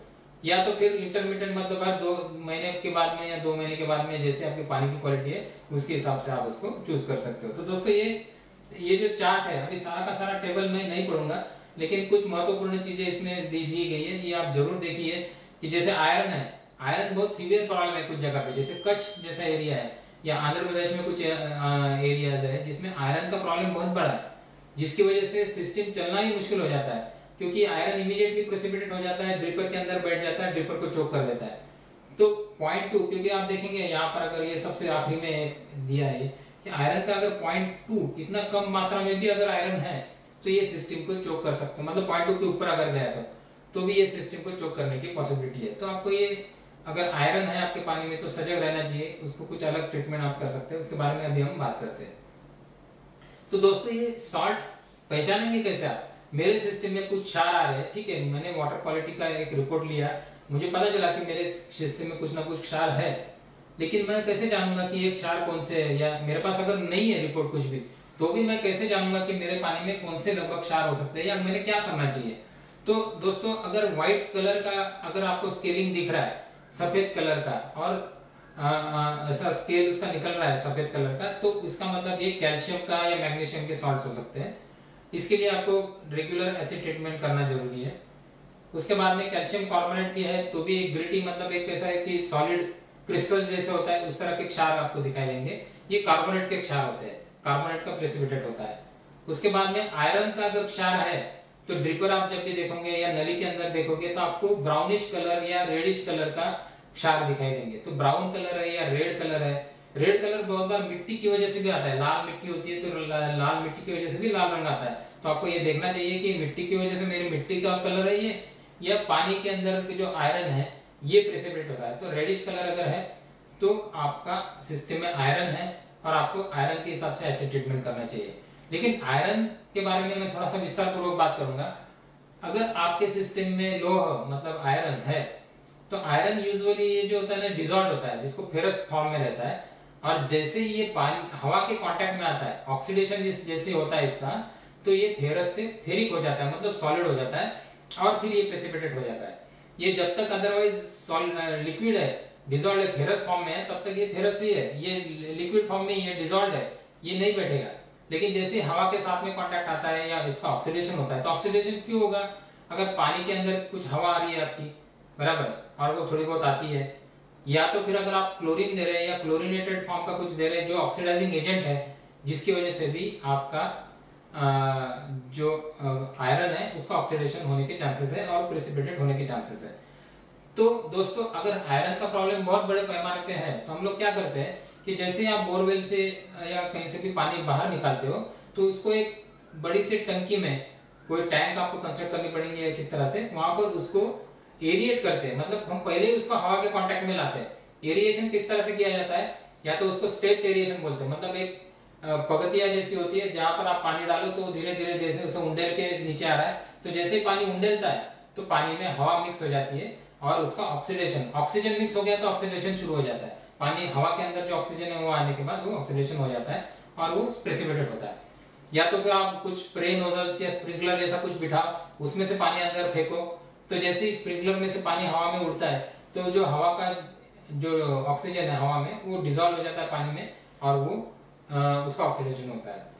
अदरवाइज क्लोरीन एक बहुत ही स्ट्रॉन्ग ऑक्सीडाइजिंग एजेंट है, ब्लीचिंग हम बोलते हैं, क्लोरीन को हम बोलते हैं ब्लीचिंग। आपने सुना होगा ब्लीच करते हैं, ब्लीच करना मतलब क्या, कपड़ों के ऊपर अगर ब्लीचिंग का दाग आ गया तो कपड़े का जो कलर है वहां पर धब्बा पड़ जाता है, कलर निकाल देता है तो वो ब्लीच हो जाता है।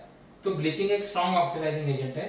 अगर आप ब्लीचिंग डालते हो, ब्लीचिंग पाउडर थोड़ी बहुत, तो ऑक्सीडेशन इमीडिएटली शुरू हो जाता है और इमीडिएटली फिर प्रेसिपिटेट आपका टंकी में हो जाता है। तो टंकी में क्या हो गया, टंकी में आपने पानी जमा कर दिया, उसका एरिएशन किया या ऑक्सीडेशन किया, ऑक्सीडेशन होने के बाद में जो उसका जो फेरस है, फेरस ऑक्साइड जो लिक्विड फॉर्म में था वो फेरिक बन गया और वो नीचे धीरे टैंक में सेटल हो गया। फिर ऊपर का जो साफ पानी है जो आयरन मुक्त है, आयरन उसका ऑलरेडी प्रेसिपिटेट हो गया, ये पानी आप ड्रिप इरिगेशन सिस्टम के लिए इस्तेमाल कर सकते हो। तो ये इस तरह से आप कर सकते हो अगर आयरन का बहुत सीवियर प्रॉब्लम है तो। पर लेकिन इसमें डबल पंपिंग हो जाती है, ये एक बड़ी दिक्कत है। लेकिन इसके लिए आज ज्यादा बड़ा कोई हमारे पास उपाय नहीं है। कुछ आयरन रिमूवल फिल्टर्स है, लेकिन काफी बड़े फिल्टर्स होते हैं और कम समय में उसमें फिल्ट्रेशन करना, आयरन रिमूव करना दिक्कत होता है। उसके लिए कुछ अलग मिनरल्स भी मिलते हैं, जैसे ब्रीम है या मैंगनीज ऑक्साइड होता है, इस तरह का भी आप कर सकते हो दोस्तों। उसके बाद में पानी में मैंगनीज भी हो सकता है। और मैंगनीज किस तरह से पहचानेंगे, तो मैंगनीज अगर है पानी में तो काले रंग का प्रेसिपिटेट आ जाता है, ब्लैकिश कलर। तो ये आयरन जैसा ही होता है मैंगनीज भी, ये भी प्रेसिपिटेट होता है, जैसे इसमें ऑक्सीडेशन होता है तो ये भी प्रेसिपिटेट होता है। तो अगर पानी में मैंगनीज है और तो आपको काले रंग से उसको प्रेसिपिटेट दिखाई देगा, काले रंग का अगर आपको क्षार अंदर है तो इसका मतलब मैंगनीज हो सकता है। इसको ये भी एसिड ट्रीटमेंट ही करना है आपको यहाँ पर भी। ये सिर्फ क्या क्या क्षार हो सकते हैं। और अगर आयरन के साथ में मैंगनीज है मिक्स, कभी कभी होता है ये भी, तो आपको ज्यादा ध्यान रखना पड़ेगा, क्योंकि आयरन बहुत जल्दी प्रेसिपिटेट हो जाता है, बहुत जल्दी बढ़ जाता है। लेकिन मैंगनीज का रिएक्शन टाइम थोड़ा सा ज्यादा है, तो थोड़ा टाइम लेता है। तो ऐसा नहीं होना चाहिए कि आपका आयरन बढ़ना शुरू हो गया लेकिन मैंगनीज में आपने ऑक्सीडेशन या हवा मिला दी, लेकिन वो बैठा नहीं है, तब तक आपने उसको उठा के ड्रिप सिस्टम में लेके गए और वो वहां जाके बैठा, वहां जाके उसका प्रेसिपिटेशन हुआ। तो ऐसा नहीं होना चाहिए। अगर आपको लगता है कि मैंगनीज भी साथ में है, मतलब रेडिश ब्राउन या ब्लैकिश कलर अगर आ रहा है आपका ब्लैकिश कलर, तो मैंगनीज भी शायद साथ में होने के चांसेस है। और एक प्रॉब्लम पानी के साथ में होता है, बहुत बार हम डैम का पानी लेते हैं या कुएं का पानी होता है जिसमें शैवाल आता है या काई बहुत बड़ी प्रमाण में आती है। और ये काई जो होती है, ये जैसा हमने बात किया कि ड्रिपर के अंदर चोक हो जाती है, ड्रिपर के जिगजैग जो फ्लो पाथ है उसके अंदर जाकर बैठ जाती है, आगे नहीं जा सकती ना पीछे नहीं आ सकती है, तो ड्रिपर का फ्लो रेट को बंद कर देती है या अंदर खुद को डेवलप कर लेती है और पूरा बंद कर देती है, ड्रिपर को चोक कर देती है, पाइपलाइन को भी चोक कर देती है। तो ये काई अगर है तो आपको क्लोरीन ट्रीटमेंट करना चाहिए, जैसे हमने बात की है। लेकिन काई अगर बहुत ज्यादा मात्रा में है और आपको इमीडिएट सॉल्यूशन चाहिए कि वे कुछ ना कुछ करके मुझे ये काई को हटाना है, तो आप कॉपर सल्फेट इस्तेमाल कर सकते हैं। लेकिन कॉपर सल्फेट जब आप इस्तेमाल करोगे तो ध्यान रखना, ये विषैला होता है, ये टॉक्सिक होता है, इसको बहुत ही सावधानता पूर्वक करना पड़ेगा। तो कॉपर सल्फेट का इस्तेमाल किस तरह से किया जाता है कि आपका जैसे एक तालाब है या कुछ टैंक है या फार्म पॉन्ड है जिसके अंदर शैवाल आ रहा है, शैवाल का प्रॉब्लम है, तो आप ये जज कीजिए कि मेरा कितना एरिया का पॉन्ड है। जैसे मेरा पॉन्ड है एक 20 मीटर बाय 20 मीटर या 50 मीटर बाय 50 मीटर का, तो आपने एरिया देख लिया। यूजुअली जो काई होती है, शैवाल होता है, ये ऊपर के 2 या 3 फीट में ही होता है, ये नीचे नहीं जाता। जहां तक सूरज की रोशनी इजीली पहुंचती है वहां पर ये शैवाल तैयार हो जाता है, बहुत नीचे तक नहीं होता। तो ऊपर का एक 2 या 3 फीट का लेयर आप देख लीजिए और थोड़ा सा गणित करना पड़ेगा आपको कि कितना वॉल्यूम आ रहा है आपका, ये मतलब ये कितना लीटर का पानी ऊपर के 2 फीट में जमा हो रहा है मेरे टैंक में, इसका गणित कर लीजिए। और फिर लगभग 1 मिलीग्राम पर लीटर या 2 मिलीग्राम पर लीटर मैक्सिमम के हिसाब से आप कॉपर सल्फेट दीजिए। जितना भी वॉल्यूम है उसके हिसाब से, मतलब इतना लीटर का पानी है तो मुझे कितना मिलीग्राम या ग्राम का कॉपर सल्फेट लगेगा, इसका हिसाब कर लीजिए। ये कॉपर सल्फेट आप कोई गनी बैग होती है या कपड़े की थैली होती है उसमें डाल दीजिए, उसको एक डोरी बांध दीजिए। इसको कॉपर सल्फेट को पानी के अंदर नहीं डालना है हमको, पानी के अंदर जो भी है उसको मारना शुरू कर देगा। वो पानी किसी ने गलती से पिया तो उसको भी तकलीफ होगी। तो इसीलिए कॉपर सल्फेट की जो बैग है, बैग ने अपने भरा, कपड़े की थैली में भरा, उसको डोरी बांध दो और उसको सिर्फ खींचो ऊपर से, जैसे हम खींचते हैं ऊपर से सिर्फ खींचो, ताकि जो कॉपर सल्फेट का जो पानी है थोड़ा सा डिजॉल्व होकर ऊपर में रहेगा और तुरंत शैवाल को वो मार देगा। ये बहुत ही इमीडिएट इफेक्ट करने के लिए है, लेकिन ये टॉक्सिक है, विषैला है, इसको सावधानतापूर्वक करना चाहिए।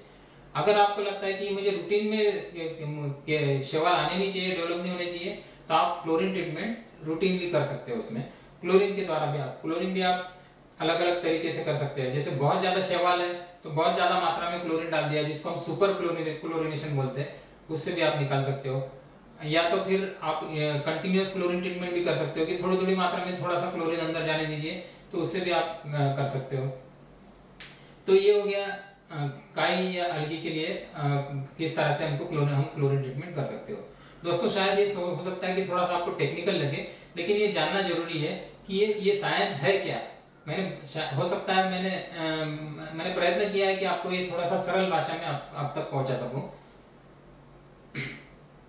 फिर सल्फर या सल्फाइड का भी या आयरन का भी बैक्टीरियल प्रेसिपिटेशन, मतलब आयरन जो होता है लोह, ये सिर्फ केमिकल या जमीन के अंदर से आने वाला मिनरल नहीं है। ये कुछ बैक्टीरिया जैसे होते हैं कि वो आयरन छोड़ते हैं, लोहा को छोड़ते हैं या उसका प्रेसिपिटेट करते हैं। तो अगर आपको ये समझ लेना जरूरी है कि आयरन का प्रॉब्लम है तो वो बैक्टीरिया की वजह से है या जमीन के अंदर से मिनरल्स जो आ रहे हैं उसके साथ में आयरन आ रहा है।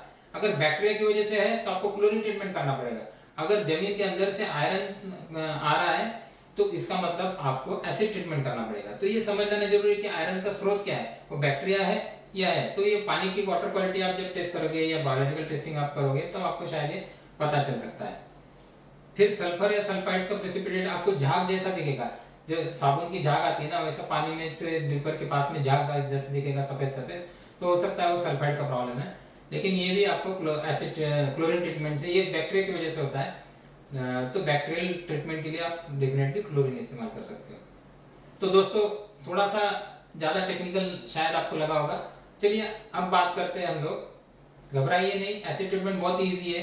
मैं थोड़ा सा कठिनाई से आपको समझा रहा हूँ ताकि ऐसा नहीं लगे कि टेक्निक्स आपको बताई नहीं गई है। मैं पूरी टेक्निक आपको बता देना चाहता हूँ और उसके बाद में इजी तरीके से एसिड या क्लोरीन ट्रीटमेंट आप किस तरह से कर सकते हैं इसके बारे में भी हम बात करेंगे।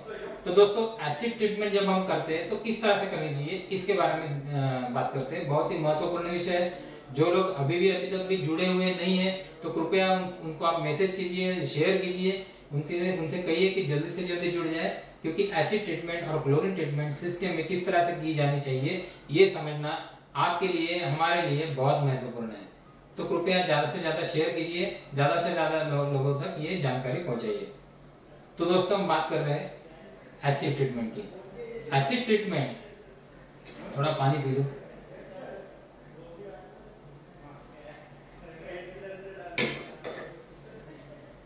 तो दोस्तों एसिड ट्रीटमेंट के लिए हम लोग जनरली 4 प्रकार के एसिड इस्तेमाल करते हैं। एक होता है हाइड्रोक्लोरिक एसिड, दूसरा है सल्फ्यूरिक, तीसरा है फॉस्फोरिक एसिड और नाइट्रिक एसिड। इसके अलावा भी कुछ एसिड्स है जो हम इस्तेमाल कर सकते हैं। कुछ माइल्ड एसिड्स है, कुछ ऑर्गेनिक फार्मिंग अगर आप कर रहे हैं तो उसके लिए सुटेबल एस्कॉर्बिक या एसिटिक एसिड है। इस तरह के एसिड्स आप इस्तेमाल कर सकते हो।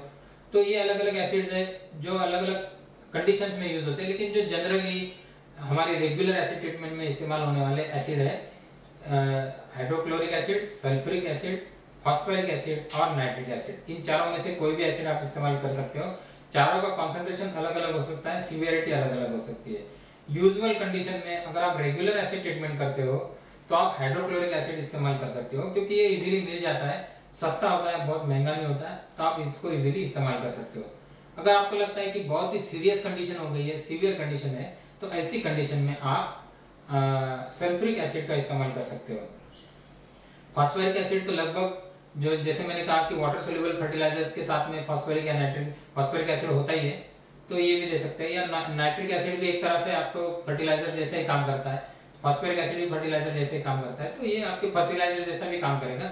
ऐसी कंडीशन में आप फॉस्फोरिक या नाइट्रिक एसिड भी इस्तेमाल कर सकते हो।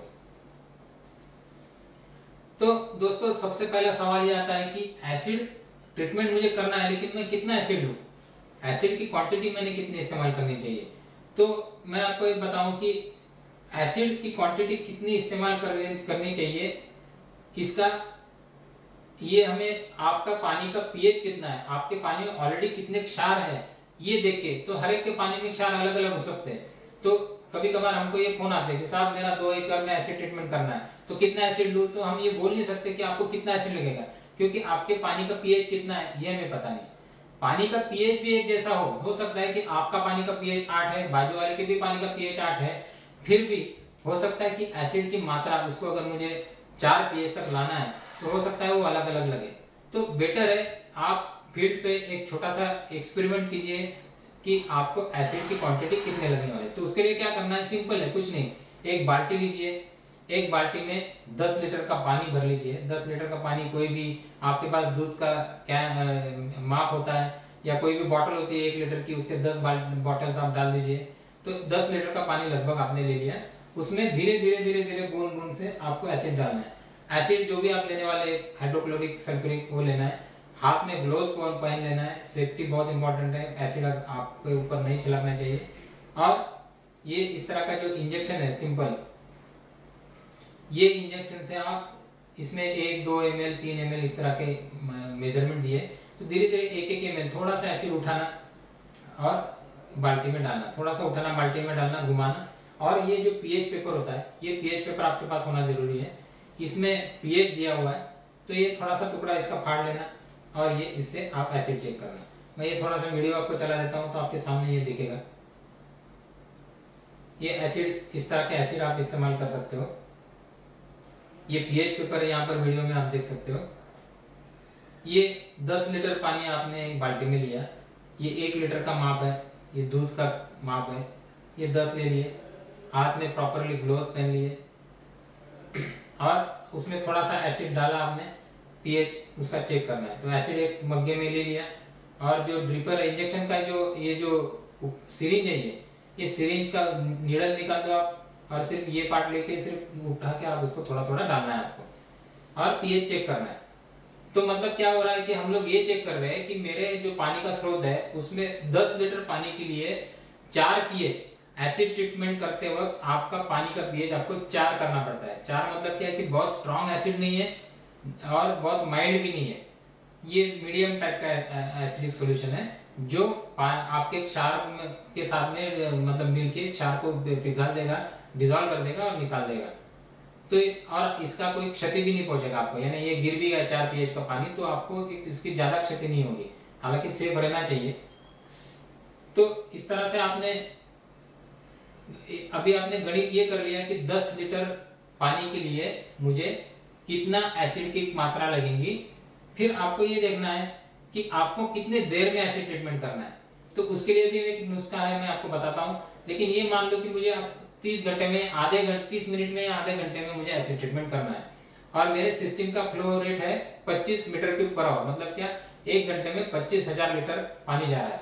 अगर आपको फ्लो रेट सिस्टम का पता है तो ठीक है, अगर आपको सिस्टम का फ्लो रेट पता नहीं है तो स्क्रीन फिल्टर या सैंड फिल्टर जो हमारे फिल्टर्स होते हैं उसके ऊपर लिखा होता है कि ये कितने कैपेसिटी का फिल्टर है। तो हम ये मान के चलते हैं कि आपका डिजाइन प्रॉपर किया गया है और प्रॉपर कैपेसिटी का स्क्रीन फिल्टर या सैंड फिल्टर वहां पर लगाया गया है। तो जैसे कि मान लो कि 2 इंच का स्क्रीन फिल्टर लगाया आपने, उसका कैपेसिटी होता है लगभग 25 मीटर क्यूब पर आवर, मतलब 25,000 लीटर 1 घंटे में उसमें से पानी जाने वाला है। तो आधे घंटे में कितना पानी जाएगा? 12,500 लीटर पानी। इसका मतलब क्या है, जब सिस्टम आप आधा घंटा चलाओगे तो उसमें से 12,500 लीटर पानी जाने वाला है। अब मानो कि 10 लीटर पानी के लिए, 4 पीएच के लिए अगर मुझे 10 मिलीलीटर का एसिड लगता है 4 पीएच को लाने के लिए, 10 लीटर पानी का जो बाल्टी में मैंने लिया था उसमें मुझे 10 मिलीलीटर का एसिड डाला, तब मेरा पीएच 4 हुआ। तो 12,500 लीटर के लिए कितना लगेगा? थोड़ा सा गणित है, लेकिन ये गणित बहुत इजी है, उसमें कोई ज्यादा दिक्कत वाली चीज नहीं है। तो आपको लगेगा लगभग 12.5 लीटर का एसिड। तो ये होगा गणित से आपने एसिड निकालेगा कि मुझे 12.5 लीटर का एसिड लगेगा इसकी ट्रीटमेंट के लिए। तो इसको हम फील्ड टाइट्रेशन बोलते हैं।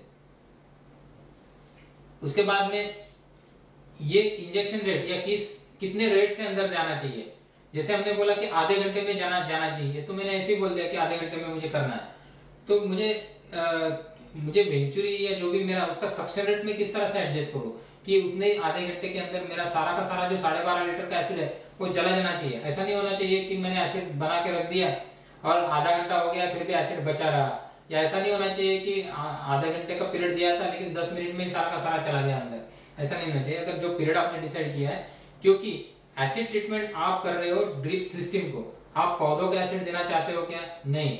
तो एसिड ट्रीटमेंट ड्रिप सिस्टम को करना है, इसका मतलब क्या है कि ड्रिप सिस्टम में या आपका जो सेक्शन है, जो प्लॉट है, उसमें जो आखिरी ट्यूब है, वो आखिरी ड्रिपर जो उसके ऊपर, उसमें से एसिड वाला पानी जब तक बाहर नहीं आता तब तक आपको रुकना है। तो ये टाइम कितना लगने वाला है, आखिरी ड्रिपर में से पानी निकालने के लिए टाइम कितना लगने वाला है, ये टाइम आपको एक बार जरूर कैलकुलेट करना चाहिए। और ये एक बार की एक्टिविटी है, ये रोज रोज नहीं करनी है आपको। शुरू में जब आप सिस्टम इंस्टॉल करते हो तभी एक बार ये कर लीजिए कि मुझे कितना टाइम लगता है, आप नोट कर लीजिए। एक छोटा सा वीडियो में यहाँ पर आपको वापस दिखा देता हूँ।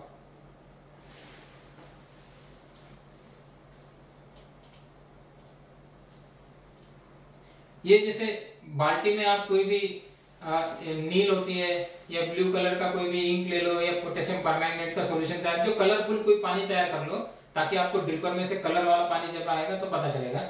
और ये कलरफुल पानी आपने तैयार करना है सिस्टम में से। जो भी आपका सक्शन रेट हमने डिसाइड किया कि मुझे इतना इतना रेट से पानी अंदर जाना है, उसके रेट से आप अंदर जाने दे रहे हैं और आखिरी ड्रिपर के पास में जाके बैठना है और आपको टाइम देखना है कि कितनी देर के बाद में ये कलर वाला पानी बाहर आता है और वो कितने टाइम में आया। हो सकता है 20, आपका सेक्शन बहुत बड़ा है तो हो सकता है कि आधे घंटे के बाद आए, हो सकता है कि आपका सेक्शन छोटा है तो हो सकता है 15-20 मिनट में पानी आखिरी तक पहुंच जाए। तो ये टाइम कितना लगा, ये टाइम आप नोट कर लीजिए कि इतने समय के बाद में मुझे इतना समय तक मुझे एसिड ट्रीटमेंट करना है ताकि आखिरी ड्रिपर तक मेरा एसिड वाला पानी जो है वो पहुंच गया है। तो ये हो गया, मतलब आपने एसिड का इंजेक्शन रेट कैलकुलेट कर लिया कि कितना कितना आपको वेंचुरी से कितना फ्लोरेट आपको देना है, ये वेंचुरी से देने वाला फ्लोरेट आप सेट कर लीजिए, कितनी देर में वो पानी पहुंचेगा ये आपने चेक कर लिया। अब आपको ये एसिड अंदर छोड़ना है, तो उसके लिए जो कैलकुलेशन है उसके पहले ये चार्ट आप देख लीजिए। एक सिंपल चार्ट आपको, आपके पास एक कोई भी रजिस्टर होगा उसमें आप बना के रख दीजिए। ये शुरू में जैसे मैंने बोला कि ये वन टाइम एक्टिविटी है, एक बार करने वाली एक्टिविटी। मतलब क्या है कि आप एक उसमें रख दीजिए कि भाई मेरा प्लॉट नंबर 1 है जो बनाना का है, इसका एरिया इतना है, इसको 30 मिनट के अंदर एसिड आखिरी ड्रिपर तक पहुंचता है और उसको उस समय वेंचुरी को मैंने ये प्रेशर पे एडजस्ट किया था और उसके बाद में एसिड की कितनी मात्रा मुझे लगने वाली है कैलकुलेट किया हुआ है। और मुझे अगर क्लोरीन ट्रीटमेंट भी करना है तो क्लोरीन के बारे में भी ये आगे हम बताएंगे क्लोरीन कैसा करना है, तो ये भी लीजिए। तो ये चार्ट आपके पास अगर तैयार है तो आपको ये बार बार ये जो कैलकुलेशंस और ये सब करने की जरूरत नहीं। चार्ट में देखो आप, हाँ इतना मुझे 20 लीटर का एसिड लेना है, 30 मिनट के लिए छोड़ना है, तो प्लॉट नंबर 1 का मेरा एसिड ट्रीटमेंट हो जाएगा, इतना इतना प्रेशर मुझे मेंटेन करना है। तो इस तरह का अगर रेडीमेड चार्ट आप बना के रखेंगे शुरू में ही, आपकी सिस्टम जब शुरू हो रही है पहली इनिशियल स्टेजेस में, तब तो आपको ये बाद में काम आएगा। जब तक आपका पानी का स्रोत चेंज नहीं हो जाता तब तक आप इस चार्ट का, इस टेबल का इस्तेमाल कर सकते हो। अब दोस्तों अभी कैलकुलेशंस तो मैंने बहुत बता दिए कि आपको किस तरह से करना है, क्या करना है। और बहुत बार क्या होता है कि मैंने इतने सारे कैलकुलेशंस बताने के बाद लोग बोलते हैं कि भाई ये एसिड ट्रीटमेंट ना करना अच्छा है, इससे अच्छा हम करेंगे ही नहीं। तो ऐसा मत कीजिए। हमें क्या इंपॉर्टेंट है, हमें एसिड वाला पानी सिस्टम के अंदर जाना जरूरी है, बराबर है। हमारे लिए कैलकुलेशंस इंपॉर्टेंट है क्या? हमारे लिए कैलकुलेशंस इंपॉर्टेंट नहीं है, हमारे लिए गणित इंपॉर्टेंट नहीं है, एसिड वाला पानी अंदर जाना चाहिए। तो अगर आप कोई भी गणित नहीं करना चाहते हैं तो आप एक सिंपल काम कर सकते हो। आपको जो एसिड देना है, हो सकता है हाइड्रोक्लोरिक एसिड या जो भी देना है, आप वो इसका एक सोल्यूशन या बाल्टी में ले लीजिए। वेंचुरी है या फर्टिलाइजर टैंक है उसमें सोल्यूशन तैयार कर लीजिए। मान लो कि वेंचुरी है और सीधा उसको एसिड को अंदर छोड़ना शुरू कर दीजिए। अब आपको पता है क्या कि कितना पीएच का एसिड अंदर जा रहा है, कितनी मात्रा में जा रहा है, नहीं। लेकिन जो सबसे पहला जो कुछ भी पॉइंट होगा, जैसे ड्रेन वॉल है आपका स्क्रीन फिल्टर का या सैंड फिल्टर का वॉल है, वहां पर जाके इसको थोड़ा सा खोल दीजिए, बूंद बूंद से पानी बाहर आना शुरू हो जाएगा। तो वहां पर जाके आप पीएच चेक कर दीजिए। मतलब क्या, जो नजदीक वाला है, आपने एसिड वेंचुरी को सेट कर दिया, पानी अंदर जाना शुरू हो गया, आपने इमीडिएटली चेक किया कि कितना पीएच है। और अगर मान लो कि पीएच आपको 4 चाहिए था लेकिन पीएच तो अभी 6 है, इसका मतलब क्या है कि मुझे वेंचुरी को थोड़ा सा और दबाना है। तो और थोड़ा सा आपने दबाया और ज्यादा मात्रा में एसिड अंदर आना शुरू कर दिया। हो सकता है कि आपने ज्यादा दबा दिया, हो सकता है पीएच 2 हो गया। तो पीएच 2 होने के बाद वापस थोड़ा सा आप उसको हल्का सा उसको उठाइए। तो ट्रायल एंड एरर से आप सेट कर दीजिए कि 4 पीएच वाला ही पानी अंदर जा रहा है। तो एक इसका मतलब आपने क्या किया, आपने एक सेट कर लिया कि 4 पीएच वाला पानी अभी अंदर जा रहा है। अब आपको ये पता है क्या कि कितनी देर में पहुंचने वाला है आखिरी ट्रिपर तक, क्योंकि आपने गणित नहीं करना है। तो आप सीधा सीधा आखिरी वाले ट्रिपर के पास जाके बैठिए। आपके हाथ में ये जो पीएच पेपर है ये लेके बैठिए। आखिरी वाले ट्रिपर पे एक 15-20 मिनट के बाद में आप चेक कीजिए कि पानी आ रहा है क्या, पीएच वाला पानी आ रहा है क्या। क्योंकि जैसे ही इसका कलर, जैसे 4 पीएच आप देखेंगे यहाँ पर थोड़ा सा ब्राउनिश कलर है, तो ये ब्राउनिश कलर जैसे आपको दिखेगा तो 4 पीएच वाले जैसे आपको दिखेगा तो वैसे आपको पता चलेगा कि हाँ अभी एसिड वाला पानी आखिरी लैटरल में से आखिरी ड्रिपर तक पहुंच गया है। अब आपको सिस्टम को बंद कर देना है। सिस्टम को वैसे बंद रखना है कम से कम 6 घंटे के लिए, ज्यादा से ज्यादा 24 घंटे के लिए। जितना ज्यादा रखोगे उतना अच्छा है। तो कैसा है कि ये जो एसिड वाला पानी अभी अंदर है इसको थोड़ा टाइम मिलेगा जो क्षार अंदर जो बैठे हुए हैं उसके साथ में रिएक्शन करने का और उसको पिघलाने का। फिर धीरे धीरे ये क्षार पिघल के डिजोल्व हो जाएंगे एसिड वाले पानी में। दूसरे दिन या 6-8 घंटे के बाद में उसको आप पूरी सिस्टम को फ्लश कर दीजिए। सिस्टम के जो छोड़ है आखिरी वाले लैटरल के या सबमेन का फ्लश वाले, उसको खोल के सारा पानी उसमें से बाहर निकाल दीजिए। मतलब क्या, क्षार वाला जो पानी है निकला हुआ ये सारा बाहर निकल जाएगा। उसके बाद में सिस्टम वापस बंद कर दीजिए। और जैसे एसिड ट्रीटमेंट आप करते हो तो उसके बाद में तुरंत आपको एक इरिगेशन करना है। अगर आप डेली का इरिगेशन मानो कि 1.5 घंटा या 2 घंटा जितना भी आप करते होगे, उससे लगभग 10 या 15% ज्यादा, मतलब एक 20 मिनट 15-20 मिनट ज्यादा इरिगेशन चलाना है आपको। ऐसा क्यों करना है? क्योंकि बहुत बार ऐसा हो जाता है कि एसिड वाला पानी आप आखिरी छोर तक पानी की राह देख रहा है, इसका मतलब पहले वाले जो ड्रिपर है नजदीक वाले, उसमें से तो एसिड वाला पानी बाहर निकलना शुरू हो गया था, पेड़ों के पास में तो पानी पहुंचा था। तो कभी कभी हमें पता नहीं है कि किसी पेड़ के ऊपर या किसी रूट्स के ऊपर एसिड का कुछ असर ना हो जाए, इसकी वजह से हम ये केयर कर रहे हैं कि उसके बाद में जब हम इरिगेशन करते हैं तो ये पूरा एसिड वाला पानी वहां पर जो गिरा होगा वो डायल्यूट होके, जैसे ज्यादा चलाते हैं तो रूट जोन के उसको बाहर पुश कर देते हैं, तो बाहर निकल जाता है। एसिड की वजह से आपकी क्रॉप को कोई भी नुकसान नहीं होगा उसमें। तो ये स्थिति में आप एसिड ट्रीटमेंट इस तरह से इजीली कर सकते हो। तो दोस्तों इसमें कोई गणित नहीं था, इसमें कोई कैलकुलेशन नहीं था, ये सिर्फ ट्रायल एंड एरर मेथड थी कि आप ट्रायल करो, कम ज्यादा करके वेंचुरी को सेट करो, एसिड को अंदर जाने दो। एसिड ट्रीटमेंट करने के बाद में जो भी मेटल पार्ट है, जैसे स्क्रीन फिल्टर का स्क्रीन हो गया, तो उसको बाहर निकाल के अच्छे पानी से, क्योंकि उसके ऊपर एसिड का असर हो सकता है, तो वो कमजोर नहीं होना चाहिए। हालांकि हम स्टेनलेस स्टील का स्क्रीन इस्तेमाल करते हैं, लेकिन फिर भी आपको केयर लेना जरूरी है कि एसिड ट्रीटमेंट के बाद में स्क्रीन फिल्टर के स्क्रीन को बाहर निकाल के अच्छी तरह से धो के साफ कर लिया। सैंड फिल्टर को प्रॉपर्ली बैकवॉश करो, क्योंकि एसिड बहुत बार क्या करता है कि वो डिकम्पोज भी करता है। तो सैंड फिल्टर में अगर ऑलरेडी आपका कुछ काई या कुछ जमा हुआ है, तो हालांकि एसिड ट्रीटमेंट करने से पहले सैंड फिल्टर बैकवॉश कर लेना जरूरी है। और नहीं भी किया आपने, मतलब उसके बाद एसिड ट्रीटमेंट करने के बाद भी आप एक बार उसको बैकवॉश कर लीजिए, ताकि उसमें से कुछ भी जो डिकम्पोज कचरा है वो बाहर निकल जाना चाहिए। उसमें एसिड की वजह से डिकम्पोजिशन बहुत जल्दी होने के चांसेस है, या क्लोरीन की वजह से भी डिकम्पोजिशन बहुत जल्दी हो जाता है। तो ये हो गया एसिड ट्रीटमेंट का एक सरल तरीका। तो दोस्तों एसिड ट्रीटमेंट में अगर आपको कुछ भी सवाल है, कुछ भी कमेंट्स है आपके, तो जरूर आप शेयर करिए। और उसमें कोई भी दिक्कत, आपके मन में कोई शंका ना रखिए। हो सकता है मेरी बात आपको सहजता पूर्वक नहीं जा सकती है, हो सकता है क्योंकि मैं एक मराठी बोलने वाला आदमी हूँ, हिंदी शायद मेरी ठीक से आप तक नहीं पहुंच रही है, कम्युनिकेशन नहीं हो रहा है। हो सकता है कि जो स्लाइड्स हमने लिखी है यहाँ पर, क्योंकि ये तो गूगल बाबा ने हिंदी ट्रांसलेट किया है एक्चुअली, तो हो सकता है वो हिंदी बहुत अटपटी सी हो जाती है कभी कभी, तो वो समझने के बाहर हो जाएगी हिंदी। तो आप फिर भी, हमारा जो उद्देश्य है कि आप तक एसिड ट्रीटमेंट का सही तरीका पहुंचना चाहिए, ये जरूर सफल होना चाहिए। अगर आपको लगता है कि मुझे समझ में नहीं आया तो आप जरूर लिखिए, हम वापस आपको प्रॉपरली लिख के या वीडियोस उसके शेयर करेंगे, उसकी लिंक आप तक शेयर करेंगे। ये जो सारे वीडियोस है, ये वीडियोस भी आपको लिंक के ऊपर मिल सकते हैं, हम आपको लिंक दे देंगे, आप उसको डाउनलोड कर लीजिए। दोस्तों उसके बाद में हम बात करते हैं अभी क्लोरीन ट्रीटमेंट की। बहुत बार क्या हो जाता है कि ड्रिप इरिगेशन का मेंटेनेंस मतलब एसिड ट्रीटमेंट, यहाँ तक ही लोग रुक जाते हैं, क्लोरीन ट्रीटमेंट की तरफ कोई ध्यान ही नहीं देता। क्लोरीन ट्रीटमेंट करना जरूरी है या नहीं है ये समझ में नहीं आता या समझाया नहीं जाता। तो क्लोरीन ट्रीटमेंट, अगर आपके सिस्टम में बैक्टीरिया है, जीवाणु है, काई है, शैवाल आ रहा है बहुत ज्यादा प्रमाण में, तो क्लोरीन ट्रीटमेंट करना जरूरी है। क्लोरीन ट्रीटमेंट के लिए आप क्या इस्तेमाल कर सकते हो, क्लोरीन कहाँ से मिलेगा आपको? तो क्लोरीन मिलाने का जो 3 सोर्स है वो मैं बताता हूँ। एक है कैल्शियम हाइपोक्लोराइड, या जिसको हम ब्लीचिंग पाउडर बोलते हैं। ये कोई भी हार्डवेयर स्टोर पे मिल जाती है ब्लीचिंग पाउडर, जिसके अंदर क्लोरीन का प्रमाण जो होता है, अगर आप उसमें ताजा लिया, मतलब फैक्ट्री से निकला हुआ, तो उसमें लगभग 60 से 65% का क्लोरीन होता है, फ्री क्लोरीन। क्योंकि हमको तो क्लोरीन से मतलब है, हमको तो कैल्शियम हाइपोक्लोराइड में जो कैल्शियम है उससे मतलब ही नहीं है, तो क्लोरीन उसमें लगभग 60-65% होता है।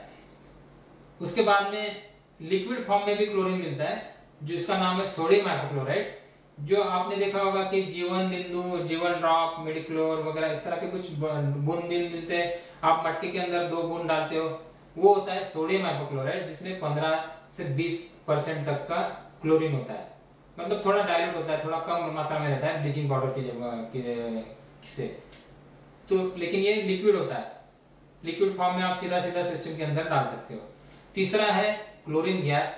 यूजुअली क्लोरीन गैस हम यूज नहीं करते, क्लोरीन गैस पानी में डिजॉल्व हो जाता है, जैसे आप गैस को पानी के अंदर छोड़ोगे ये पानी में घुल जाता है, तो क्लोरीन गैस भी डायरेक्ट इंजेक्शन के लिए यूज होता है। ये यूजुअली इंडस्ट्रीज में वगैरह यूज होता है। खेत में तो हम कोई क्लोरीन गैस का सिलेंडर लेके जा नहीं सकते, और वो टॉक्सिक भी है और एक्सप्लोजिव भी है। कहीं गलती से किसी ने उसको खोल दिया, कुछ हो गया एक्सीडेंट, तो दिक्कत हो सकती है। इसलिए क्लोरीन गैस हम यूजुअली इस्तेमाल नहीं करते। ज्यादा से ज्यादा हम इस्तेमाल करते हैं ब्लीचिंग पाउडर, क्योंकि इजीली कोई भी हार्डवेयर स्टोर में ब्लीचिंग पाउडर हमें मिल जाती है। ब्लीचिंग पाउडर या कैल्शियम हाइपोक्लोराइट में दो पार्ट होते हैं। एक होता है हाइपोक्लोराइट और दूसरा होता है हाइपोक्लोरस एसिड। दो पार्ट का मिलकर ये बनता है। ये मैं आपको क्यों बोल रहा हूं? हाइपोक्लोराइड जो होता है ये बेसिक होता है, मतलब क्या, उसका पीएच ज्यादा होता है। हाइपोक्लोरस एसिड ये एसिडिक होता है। हाइपोक्लोरस एसिड की बैक्टीरिया को मारने की क्षमता हाइपोक्लोराइड से 40 गुना ज्यादा होती है। इसका मतलब क्या है कि अगर आपका पानी एसिडिक है या आपका पानी का तापमान थोड़ा सा ज्यादा है, तब हाइपोक्लोरस एसिड जो है ये ज्यादा इफेक्टिव होता है, और वो ज्यादा इफेक्टिवली बैक्टीरिया को मारता है या शैवाल को खत्म करता है। तो ये जब हम क्लोरीन ट्रीटमेंट देखेंगे तब ये और बात करेंगे। तो ये तरीके है। ये कुछ वापस यहाँ पर कुछ फॉर्मूलेज है, गणित है कि आप इंजेक्शन मात्रा, मतलब क्या रेट से आपको इंजेक्शन करना चाहिए, वेंचुरीज को किस तरह से सेट करना चाहिए, कितने सक्शन रेट पे सेट करना चाहिए, इसके लिए कुछ गणित है, कुछ फॉर्मूलेज यहाँ पर दिए है। मैं वापस इसमें बहुत ज्यादा जाना नहीं चाहता, लेकिन थोड़ा बहुत गणित हमको करना पड़ेगा। बहुत सिंपल गणित होगा, मैं आपको वो समझाने की कोशिश करूंगा। लेकिन ये आपके सामने है, आपके स्क्रीन पर ये फॉर्मूलाज है, आप कभी भी इसका इस्तेमाल कर सकते हो। आप सोडियम हाइपोक्लोराइड यूज कर रहे होंगे लिक्विड फॉर्म, या ब्लीचिंग पाउडर इस्तेमाल करते होंगे, तो आपका इंजेक्शन रेट आप किस तरह से कैलकुलेट कर सकते हो, इसके बारे में यहाँ पर हमने बताया है। इसके कुछ एग्जांपल्स भी हमने यहाँ पर दिए हुए हैं, आप ये एग्जांपल्स बाद में कभी भी देख लीजिए। और किस तरह से, जैसे यहाँ पर हमने सोडियम हाइपोक्लोराइड या कैल्शियम हाइपोक्लोराइड यूज करके किस तरह से आप कैलकुलेट कर सकते हो आपका फ्लो रेट कितना है, कितना पीपीएम तक लाना है। तो यूजुअली और एक बात मैं बताना चाहता हूँ कि क्लोरीन ट्रीटमेंट जब आप करते हो, रेगुलर क्लोरीन ट्रीटमेंट, तो लगभग 15 से 20 पीपीएम तक का क्लोरीन आपको पानी में मिलना चाहिए। तो ये किस तरह से कैलकुलेट करते हैं या किस तरह से आपको पता चलेगा कि ये 20 पीपीएम का क्लोरीन है, ये भी हम बाद में देखेंगे। लेकिन आपको जैसे हमने एसिड ट्रीटमेंट में देखा कि मुझे पीएच 4 चाहिए एसिड ट्रीटमेंट के लिए, वैसे क्लोरीन ट्रीटमेंट में 15 से 20 पीपीएम का क्लोरीन आपको दिखना चाहिए सिस्टम के अंदर, तब ये इफेक्टिवली शैवाल को या काई को मार सकता है, बैक्टीरिया को। अगर बहुत ज्यादा प्रमाण में आपका काई या शैवाल आ रहा है, तो आप कोई बड़ा सा सुपर क्लोरिनेशन जिसको बोलते हैं, जिसमें 50 या 70 80 पीपीएम तक का क्लोरीन का डोज आप दे सकते हो। लेकिन ये बार बार नहीं करना, क्योंकि एसिड की वजह से शायद ज्यादा इफेक्ट ना हो, लेकिन क्लोरीन की वजह से हो सकता है कि आपके डेलिकेट अगर पौधे हैं तो उसके ऊपर असर होने के चांसेस रहते हैं, क्योंकि क्लोरीन ग्रोथ इनिबिटर है। किसी भी क्लोरीन किस तरह से काम करता है, तो वो उसका जो सेल स्ट्रक्चर है उसको ही तोड़ने का काम करता है, और इसकी वजह से ये शैवाल वगैरह जो है ये उसकी ग्रोथ रुक जाती है और वो मर जाते हैं। तो यही असर हो सकता है कि आपकी जड़ें जो है, उसके जो केश जो रूट्स होते हैं, कैपिलरी रूट्स, उसके ऊपर भी असर होने के चांसेस है। इसलिए हम ज्यादा रिस्क नहीं लेना चाहते, बहुत हाई क्लोरीन का डोज हम नहीं देना चाहते। माइल्ड क्लोरीन का डोज है 15 से 20 पीपीएम का। जो हम ड्रिंकिंग वाटर जो लेते हैं, जो पानी पीते हैं, उसमें लगभग 1 से 2 मैक्सिमम 1 पीपीएम के आसपास का उसमें क्लोरीन रहता है। उससे ज्यादा अगर क्लोरीन किसी दिन आ गया तो आपको पानी कड़वा लगने लगता है। तो दोस्तों वापस थोड़ा सा गणित करेंगे। हमने बात की कि हमको 20 पीपीएम, मतलब पीपीएम का मतलब क्या होता है कि मिलीग्राम पर लीटर, मतलब मुझे 1 लीटर के अंदर 20 मिलीग्राम का क्लोरीन मिलना चाहिए जब मैं क्लोरीनेशन या क्लोरीन ट्रीटमेंट कर रहा हूं। तो इसका मतलब क्या हो गया कि अभी हमने एक गणित किया था कि मुझे आधे घंटे के अंदर पूरा क्लोरीन ट्रीटमेंट करना है। मेरा 25 मीटर क्यूब पर आवर यानी 25,000 लीटर प्रति घंटे का मेरा फ्लो रेट है, और आधे घंटे में 12,500 लीटर सिस्टम में जाने वाला है। तो अगर 1 लीटर में मुझे 20 मिलीग्राम का क्लोरीन लगता है, तो 12,500 लीटर में मुझे कितने मिलीग्राम का क्लोरीन लगेगा या ग्राम का क्लोरीन लगेगा, इसका गणित यहाँ पर हमने दिया है। गणित करके दिखाया आपको कि 20 पीपीएम के लिए 20 मिलीग्राम पर लीटर चाहिए। 20 पीपीएम मतलब 20 मिलीग्राम पर लीटर। तो 1 लीटर के लिए अगर 20 मिलीग्राम है तो 12,500 लीटर के लिए आपको लगेगा 250 ग्राम, मतलब पाव किलो का क्लोरीन आपको ब्लीचिंग पाउडर आया क्लोरीन लगेगा। अब क्लोरीन लगेगा ऐसा मैं बोल रहा हूँ, ब्लीचिंग पाउडर लगेगी क्या? नहीं, ब्लीचिंग पाउडर में तो मतलब 50% या 60% ही क्लोरीन है। 60-65% क्लोरीन कब होता है उसमें, जब वो बिल्कुल फ्रेश तैयार हुई है फैक्ट्री में, तब उसमें लगभग 65% का क्लोरीन अवेलेबल है। वो फैक्ट्री में से तैयार होती है, हार्डवेयर स्टोर में आती है, वहां पर कुछ दिनों तक रहती है, तो धीरे धीरे उसमें से क्लोरीन बाहर निकलना शुरू हो जाता है। तो ये भी आपको ध्यान रखना बहुत जरूरी है कि जब आप क्लोरीन या ब्लीचिंग पाउडर खरीदने के लिए जाते हो तो स्टोर्स में पूछिए कि ये कब का तैयार है, मैन्युफैक्चरिंग कब की है इसकी। बहुत पुराना ब्लीचिंग पाउडर ना लीजिए, उसमें सिर्फ कैल्शियम रहेगा, उसमें से क्लोरीन निकल गया होगा या कम हो गया होगा। हम मान लेते हैं कि 50% क्लोरीन जब आप ले रहे हो तो उसमें अवेलेबल है। अब मुझे 250 ग्राम का क्लोरीन लग रहा है और मुझे 50%, ये 250 ग्राम मतलब 50% है, तो ब्लीचिंग पाउडर कितनी लगेगी मुझे? सिंपल सा गणित है, मुझे आधा किलो की 500 ग्राम की ब्लीचिंग पाउडर लगेगी, तो उसमें 50% क्लोरीन मिलेगा, तो 250 ग्राम का मुझे उसमें क्लोरीन मिलेगा। तो मुझे आधा किलो की 500 ग्राम का ब्लीचिंग पाउडर लेना पड़ेगा क्लोरीन ट्रीटमेंट के लिए। ये जो एग्जांपल मैंने दिया है उसके लिए। आपके खेत के कैलकुलेशंस अलग हो सकते हैं। आपके खेत के लिए आप एक बार कैलकुलेशंस कर लीजिए या करवा लीजिए हमारे इंजीनियर से, एक टेबल बना के रख लीजिए, उसके हिसाब से सिर्फ आपको उतनी क्वांटिटी लेनी है, डिसॉल्व करनी है और अंदर छोड़नी है। अब ब्लीचिंग पाउडर तो आपने ले लिया, उसको पाउडर को अंदर कैसे छोड़ो, ये भी तरीका मैं आपको बोलता हूँ, बहुत सिंपल है, बहुत ज्यादा डिफिकल्ट नहीं है। यहाँ पर देखिए आप ब्लीचिंग पाउडर किस तरह से डाल सकते हो, तो यहाँ पर देखिए एक बकेट में आप ले लीजिए, जैसे हमने अभी 500 ग्राम का गणित निकाला, अब मैंने 500 ग्राम की ब्लीचिंग पाउडर ली, एक बकेट में पानी लीजिए। पानी कितना लेना है? आधे घंटे के अंदर जितना पानी जा सकता है सिस्टम में उतना ही पानी। वेंचुरी को सेट कर दिया आपने, आधे घंटे में अगर वेंचुरी का आपका क्लोराइड सक्शन रेट अगर 40 लीटर प्रति घंटा है तो आधे घंटे में 20 लीटर जाने वाला है, तो इसका मतलब 20 लीटर पानी में आपको ये ब्लीचिंग पाउडर डाल के छोड़ना है अंदर। तो 20 लीटर पानी आपने ले लिया, 20 लीटर पानी में आपने 500 ग्राम की ब्लीचिंग पाउडर डाल दी अंदर और उसको डिजोल्व करना शुरू कर दिया। हिलाना, एक लकड़ी ले लो, कुछ भी ले लो, उसको हिला। जैसे कि अभी ये पानी है यहाँ पर, तो यहाँ पर मेरे पास लकड़ी तो नहीं है, ये पॉलिट्यूब में लेता हूँ, यहाँ पर मैं थोड़ी सी ब्लीचिंग पाउडर डालता हूँ, ये एक थोड़ी सी ब्लीचिंग पाउडर यहाँ पर मैंने ली है। अब एक्सपेरिमेंट के तौर पे मैंने ये ब्लीचिंग पाउडर यहाँ पर डाल दी।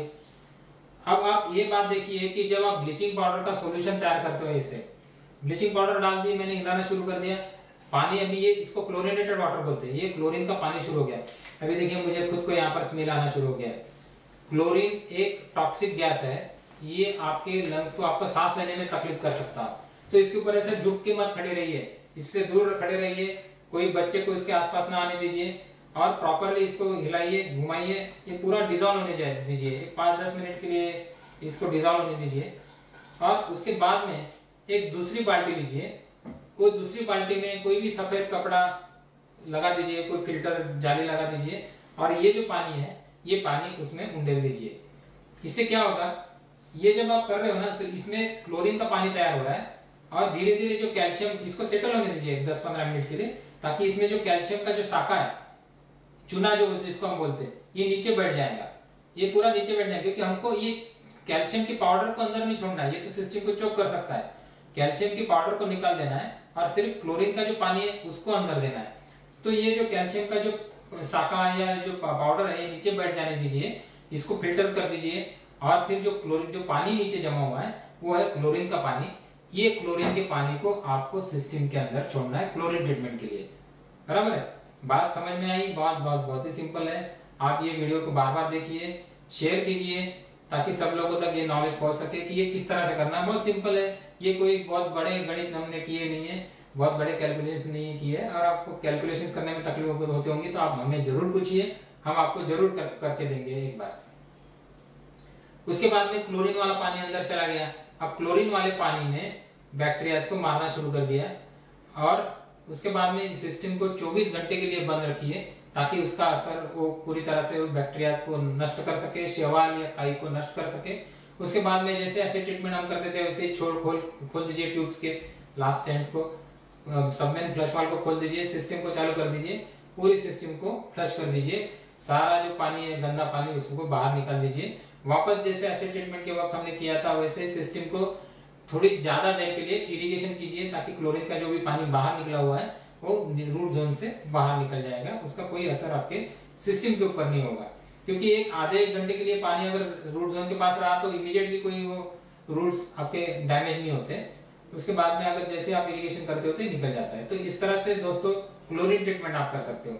अगर इसमें आपको कोई भी दिक्कत है, कुछ समझने में तकलीफ है या अंडरस्टैंडिंग नहीं हो रही है, मेरा शब्द आप तक ठीक से नहीं पहुंच रहे, तो आप जरूर पूछिएगा, हम राइटिंग में आपको जवाब देंगे, आपके साथ में इसकी लिंक्स शेयर करेंगे, आपको पूरी जानकारी इसके साथ में मिलेंगी। तो क्लोरीन ट्रीटमेंट और एसिड ट्रीटमेंट हमने देखा दोस्तों। जो एहतियात हमको बरतनी है ये भी ध्यान में रखना जरूरी है। आपके हाथ में ग्लोव्स होना चाहिए। जैसे क्लोरीन के बारे में मैंने कहा कि वो उसको इनहेल मत करो, उसको साथ के साथ में क्लोरीन गैस को अंदर मत खींचो, उसके ऊपर झुक के काम मत करो। एसिड को संभालो। एसिड अगर आपके ऊपर कहीं गलती से गिर भी जाता है तो साबुन से, जो अल्कलाइन होता है उससे आप साबुन से हाथ धो, बहुत ज्यादा पानी से उसको धो ताकि उसका असर कम हो। आंखों के ऊपर चश्मा रखना जरूरी है, गॉगल रखना जरूरी है, ताकि गलती से भी एसिड आपकी आंखों की तरफ नहीं आना चाहिए। आंख बहुत ही नाजुक है, भगवान बार बार आंखें नहीं देगा आपको, तो संभाल के काम करना पड़ेगा आपको। और जैसे फिल्टर का बैक फ्लश वगैरह जो हमने बोला था वो प्रॉपर आपको करना जरूरी है।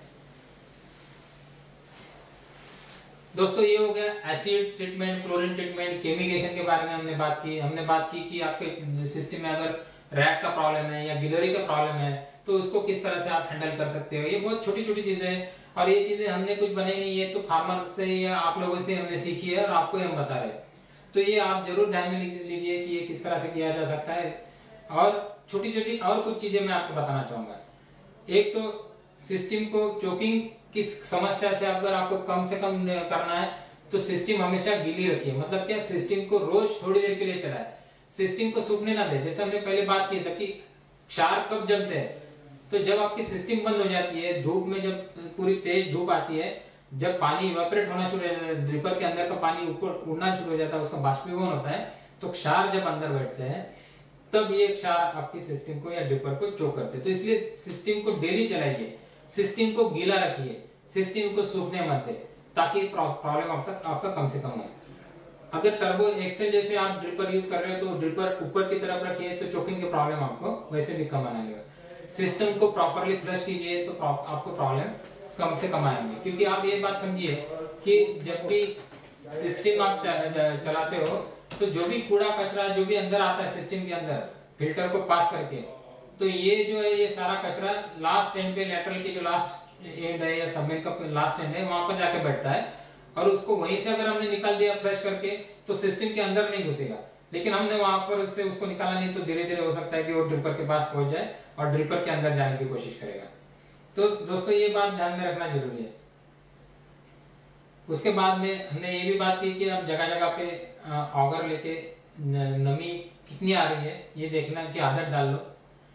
एक और बात मैं करना चाहूंगा, बहुत बार क्या होता है कि आपको पता नहीं रहता है या ध्यान नहीं दिया जाता है, फिल्टर आपका चोक हो रहा है, प्रेशर डाउन हो रहा है, सिस्टम का प्रेशर डाउन हो रहा है। इसका मतलब क्या हो गया कि 4 लीटर का ड्रिपर अभी 4 लीटर नहीं दे रहा है।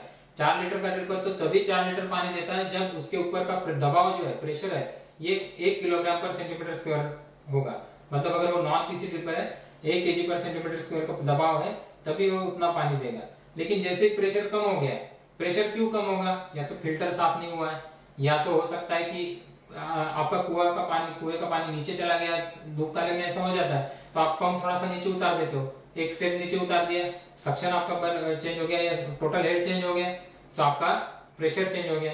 हो सकता है कि वोल्टेज कम है, लो वोल्टेज में लो आरपीएम पे आपका पंप घूम रहा है, तो लो आरपीएम पे घूम रहा है तो कम दबाव में पानी दे रहा है। तो किसी भी वजह से अगर पानी का प्रेशर कम हो रहा है जो आपके हाथ में नहीं है, अब वोल्टेज बढ़ाना तो आपके हाथ में नहीं है, फिल्टर तो आपने साफ कर सकते हो, लेकिन बाकी कुछ चीजें जो आपके हाथ में नहीं है, तो ऐसी स्थिति में ये कैसा आप जज करें कि पानी बराबर दिया जा रहा है नहीं जा रहा। क्योंकि हमारे इंजीनियर ने तो शायद आपको बोला होगा कि साहब ये प्लॉट को 2 घंटा चलाना है, ये प्लॉट को 1.5 घंटा चलाना है, और आपने उतना ही चलाया है और प्रेशर कम है, तो इसका मतलब आप पानी कम दे रहे हैं।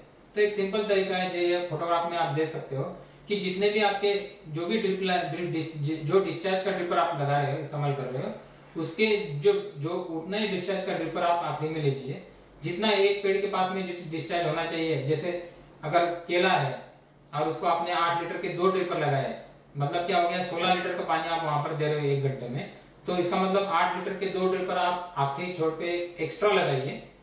एक बाल्टी लीजिए, जमीन के अंदर एक गड्ढा करके बाल्टी को आखिरी ड्रिपर है, मतलब आखिरी लैटरल के ऊपर के आखिरी लाइन पे ये लगा दीजिए कि एक गड्ढा कीजिए, एक बाल्टी उसमें रख दीजिए। बाल्टी में मार्किंग कर लीजिए कि 16 लीटर का मार्किंग, जैसे आपको 16 लीटर पौधे को पानी देना है, 16 लीटर का मार्किंग आपने किया। आपको लगता है कि 20 लीटर पानी मिलना चाहिए था, शुगर केन जैसा क्रॉप है जिसमें आपको 1 मीटर में 20 लीटर का पानी मिलना चाहिए था, 1 मीटर में आपके 2 या 3 ड्रिपर आ रहे हैं, तो उतने ड्रिपर वहां पर होने चाहिए। पास पास लगाओ उसको जॉइनर से कनेक्ट करके, और वो बाल्टी में या बकेट में मार्किंग कर लीजिए कि कितना पानी मुझे लगने वाला है, और वो मार्किंग के ऊपर ध्यान रखने के लिए बोले। क्योंकि होता क्या है कि ये जो प्रेशर गेज ये सब चीजें हम आपको बोलते हैं, आप तो समझदार है, आपको जल्दी समझ में आ जाता है, लेकिन आपके खेत पे काम करने वाला जो बंदा होता है उसको ये सब चीज थोड़ी सी कठिन लगती है। ये प्रेशर सिस्टम मैं काम करूं या वो प्रेशर देखूं, तो उसको सिर्फ आपको ये बताना है कि भाई ये जो मार्किंग है, ये मार्किंग तक पानी आ गया, इसका मतलब मुझे सिस्टम बंद करना है। चाहे प्रेशर कम है, प्रेशर ज्यादा है, कम ज्यादा हो रहा है, जो भी है, मुझे कम से कम 20 लीटर का पानी ये पौधों को चाहिए था, कम से कम 20 लीटर का पानी आखिरी छोड़ पे मिल रहा है, इसका मतलब वो सेक्शन में सारे ड्रिपर के पास में उतना पानी मिल गया, उतना पानी मिलने की आपको खातरी हो जाती है, तब आप सेक्शन चेंज कर सकते हो। तो उसके लिए इजी हो जाता है। वो जो आपका फील्ड ऑपरेटर है, जो खेत में काम करने वाला बंदा, उसको तो सिर्फ बकेट में देखना है कि हाँ ये मार्किंग है, यहाँ तक पानी आ गया तो पानी बंद कर दो भाई, दूसरे प्लॉट को लगाओ। फिर बीच में लाइट गई आई, बार बार बंद चालू हुआ, वोल्टेज कम हुआ, प्रेशर किसी वजह से कम हो गया, तो भी उसका कोई लेना देना नहीं, वो ठीक तरीके से उधर देख सकता है। तो ये छोटी छोटी चीजें दोस्तों, कि अगर बहुत ज्यादा आपका पानी अल्कलाइन है या सोडिक है, तब आप उसको पीएच करेक्शन कर सकते हो कंटिन्यूअस एसिड्स डाल के, जिसकी वजह से आपको कभी भी सॉल्ट प्रेसिपिटेशन या सॉल्ट या क्षार की वजह से चोकिंग का प्रॉब्लम नहीं आएगा। जब तक एसिडिक है आपका सॉल्यूशन या पानी, तब तक उसमें से सॉल्ट निकलने वाले नहीं है। तो दोस्तों ये छोटी छोटी जानकारी हमने दी। उसके बाद में एक छोटी सी चीज के बारे में मैं बात करना चाहता हूँ। मैं ज्यादा देर नहीं लूंगा, आप लोगों ने इतना सुना है, मैं बहुत आभारी हूँ आपका, लेकिन ये छोटी सी चीज सुनना बहुत जरूरी है। दोस्तों हम लोग डॉक्टर के पास जाते हैं, हमें कुछ बीमारी होती है, डॉक्टर बोलता है चेक करता है। चेक करता मतलब क्या करता है, वो बोलता है साहब आपकी आंख दिखाओ, तो आप आंख खोल के दिखाते हो, आपकी जीभ दिखाओ, वो यहाँ पर स्टेथोस्कोप लगाता है, आप बोलते हैं साहब पेट में दर्द है, आंखें क्यों देख रहे हो। तो ये डायग्नोसिस का तरीका है। डॉक्टर क्या कर रहा है, आपको डायग्नोसिस कर रहा है, तो आपकी सिस्टम को भी आपको डायग्नोसिस करना है। तो डायग्नोसिस किस तरह से कर सकते हो आपको स्क्रीन फिल्टर जब साफ करते हो तो आप चेक करो स्क्रीन के ऊपर कि चिकनाश दिख रही है क्या। जब आप हाथ घुमाते हो तो चिकनाश लग रही है क्या, इसका मतलब बैक्टीरियल प्रेसिपिटेशन हो रहा है। स्क्रीन के ऊपर शैवाल दिख रहा है क्या, इसका मतलब काई या शैवाल अंदर आ रहा है, बराबर है। आप ड्रिप लाइन की जो आखिरी छोर है वहां पर जाइए, आपके पास सफेद रुमाल होगा, जैसा ये सफेद रुमाल मेरे पास है, ये इस तरह का रुमाल लीजिए, ड्रिप लाइन को खोल दीजिए, पानी उसमें से रुमाल में से बाहर जाने दीजिए, और फिर रुमाल के ऊपर जो भी कचरा आया है, जो भी आया है, उसको आप देखिए। अगर क्योंकि जो सिस्टम के अंदर जो भी कचरा आया है वो आखिरी छोर पे से उसमें से आपने देखा उसको, तो आपको दिखेगा कि हाँ इसमें क्या है, इसमें तो मिट्टी आ रही है, इसका मतलब सिस्टम में मिट्टी कहीं से आ रही है। हो सकता है मेरा फिल्टर डैमेज है, हो सकता है कुछ दूसरी तकलीफ है, तो मिट्टी आ रही है, तो मिट्टी आ रही है इसका मतलब क्या, मुझे फिल्टर चेक करना चाहिए। आपको अगर स्केलिंग के कुछ पापुदरे थोड़ा सा पार्टिकल दिखाई देगा तो क्षार आ रहे हैं, तो क्षार आ रहे हैं इसका मतलब मुझे एसिड ट्रीटमेंट करना है। आपको अगर काई दिख रही है, शैवाल दिख रहा है, तो इसका मतलब मुझे क्लोरीन ट्रीटमेंट करना है। आप ट्यूब के अंदर उंगली डाल के घुमाइए, आपको अंदर अगर चिकनाश लग रही है तो इसका मतलब बैक्टीरियल प्रेसिपिटेशन अंदर हो रहा है, तो आपका इसका मतलब ये जीवाणु अंदर है, ये जीवाणु के लिए मुझे क्लोरीन ट्रीटमेंट करना है। तो आपको ये पता चल रहा है कि मुझे करना क्या है। आपने सिस्टम की हेल्थ चेक की, डायग्नोसिस किया कि हाँ भाई क्या तकलीफ है तुमको, तो ठीक है अभी ये तकलीफ के हिसाब से दवा दूंगा मैं। आपको एसिड ट्रीटमेंट की जरूरत है, क्लोरीन ट्रीटमेंट की जरूरत नहीं है, तो मैं एसिड करूंगा। आपको क्लोरीन ट्रीटमेंट की जरूरत है, एसिड की जरूरत नहीं, तो मैं एसिड ट्रीटमेंट नहीं करूंगा, क्लोरीन ट्रीटमेंट ही करूंगा। ये सिस्टम को डायग्नोसिस करना बहुत जरूरी है, और बहुत सिंपल है, कुछ नहीं, लेटरल क्रेन को खोलो, रुमाल में पानी ले लो, रुमाल को चेक करो कि क्या आ रहा है भाई, और उसके हिसाब से आपको उसका दवा जो भी है, एसिड ट्रीटमेंट करना, क्लोरीन ट्रीटमेंट करना, ये आप कर सकते हो। तो दोस्तों ये सिंपल डायग्नोसिस के तरीके हमने बताए। यहाँ पर मैं रुकता हूँ। मुझे आशा है कि आपको ये मेरा जो प्रेजेंटेशन है, वेबिनार है, ये अच्छा लगा होगा। आप ज्यादा से ज्यादा कमेंट कीजिए, मैं आपके अभी कमेंट्स देखना चाहता हूँ, मैं आपको उसके हो सके तो जवाब देना चाहता हूँ। जैसे गौरव कुमार जी का सवाल था कि एक ड्रिप लाइन में कितने फीट के बाद में कितने फीट बेड को कवर कर सकता है। अच्छा, कितने फीट के बेड को कवर कर सकता है, तो दोस्तों ये डिपेंड करता है कि ड्रिप लाइन में ड्रिपर का डिस्चार्ज कितना है और वो कितने अंतराल के बाद में। जैसे आपका अगर बेड बड़ा है और आपकी सॉइल हेवी है, थोड़ी सी बेड 1 मीटर का है या 1.5 मीटर का है, और आपका क्रॉप का रूट जोन कितना डीप है, जैसे ओनियन है, शुगर केन है, या कौन से तरीके का क्रॉप है वो, उसका रूट जोन कितना डीप तक जाता है, ये सोच के आपको देखना पड़ता है कि मुझे वो कितना कवर करेगा और मुझे कितना एक बेड के ऊपर सिंगल लैटरल रखूं या 2 लैटरल डालूं, किस तरह से मुझे चाहिए और कितने देर में आपको इरिगेशन करना है, ये भी बहुत इंपॉर्टेंट है। क्योंकि हो सकता है कि आपके पास समय, आप 2 घंटे में इरिगेशन करना चाहते हैं, 2 घंटे में वेटिंग स्ट्रिप मिल सकती है। तो ओवरऑल ड्रिप सिस्टम आपकी पूरी बेड को वेट कर सके, उतना आपको उसमें से डिस्चार्ज मिलना चाहिए, उतनी देर के लिए आपकी सिस्टम चलनी चाहिए। तो वो एक ड्रिप लाइन कितने बेड को वेट कर सकती है, उसका जवाब है आपका क्रॉप कौन सा है, आपका बेड का वेट कितना है, आप ड्रिपर का डिस्चार्ज कितना है आपका, और ड्रिपर का स्पेसिंग कितना आपने लिया है, उसके हिसाब से आप डिसाइड कर सकते हो। अगर आपको लगता है कि ये मेरे पास आज जानकारी नहीं है, तो आप पूछ सकते हो किसी भी हमारे एग्रोनॉमिस्ट को या हमारे इंजीनियर को कि भाई मुझे कौन सा ड्रिप लाइन, कौन सा डिस्चार्ज लेना जरूरी है, ताकि मेरे ये क्रॉप को पूरी तरह से वो कवर कर सके। दूसरा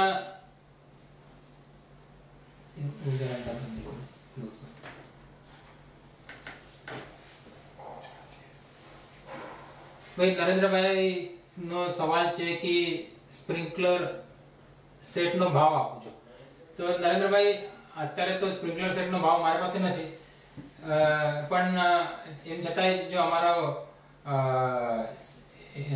सेल्स ऑफिस છે, आप कौन से एरिया से है मुझे पता नहीं, लेकिन जिस सेल्स ऑफिस के पास आप होंगे, लगभग गुजराती में लिखा है तो लगभग गुजराती में जो से, तो आप वहां पर आप चेक कर सकते हो कि जीजीआरसी के थ्रू आपको स्प्रिंकलर सेट कौन सा मिल सकता है। अलग अलग टाइप के स्प्रिंकलर्स होते हैं, जिसमें पोर्टेबल सिस्टम है जो गुजरात में बहुत ज्यादा पॉपुलर है आपके यहाँ पर, या फिर शिफ्टेबल सिस्टम है, तो ये हो सकता है। फिर सलीम मुलानी जो हमारा बंदा है, उसका सवाल है कि farmer is using smart plain filter, in that case position of PRB filter inlet और फिल्टर आउटलेट आफ्टर पीएसवी। अच्छा, पीआरबी का पोजीशन कहाँ होना चाहिए अगर स्मार्ट प्लेन फिल्टर यूज कर रहा है तो सलीम भाई पीआरवी का पोजीशन तो आपको स्मार्ट क्लीन फिल्टर्स के पहले होना चाहिए, लेकिन पीआरवी तो तभी जब आप प्रेशर बढ़ा रहे हो तब एक्टिवेट नहीं होगा, इस तरह से आपको सेट करना चाहिए। अगर आपको लगता है कि नहीं मैंने प्रेशर सस्टेनिंग वॉल आगे डाला है स्मार्ट क्लीन फिल्टर में और तब मैं अगर उसको दबा रहा हूं और मेरा प्रेशर रिलीफ वॉल खुल जाता है उस कंडीशन में, तो मेरा पीआरवी फिल्टर के आगे होना चाहिए। अगर आप प्रेशर सस्टेनिंग वाल की बात कर रहे हो जो, तो वो हमेशा स्मार्ट क्लीन फिल्टर के आउटलेट पे ही होना चाहिए। उसके बाद में शिव कुमार सिंह जी का कहना है फील्ड वाटर रिक्वायर्स 500 से 800 लीटर पर hour when use size of venturi. Shiv Kumar ji, मैं आपको ये बताना चाहता हूँ कि कल के सेमिनार में मैंने वेंचुरी का चयन किस तरह से करना चाहिए इसके बारे में डिटेल में बात की थी। अगर आपने कल का सेमिनार अटेंड नहीं किया होगा तो आप जरूर वीडियो डाउनलोड करके देख लीजिए। उसमें वेंचुरी का जब आप चयन करते हो तो उसमें इंपॉर्टेंट ये होता है कि आपको कितने एरिया में फर्टिलाइजर देना है और पीक फर्टिलाइजर की जरूरत क्या है। वो जो क्रॉप है आपका, बनाना होगा, मिर्ची होगी, जो भी होगा आपका क्रॉप, उसकी पीक फर्टिलाइजर, उसके लाइफ टाइम में पीक फर्टिलाइजर सबसे ज्यादा खाद की जरूरत कौन सी होती है और वो खाद कितने पानी में घुल सकता है।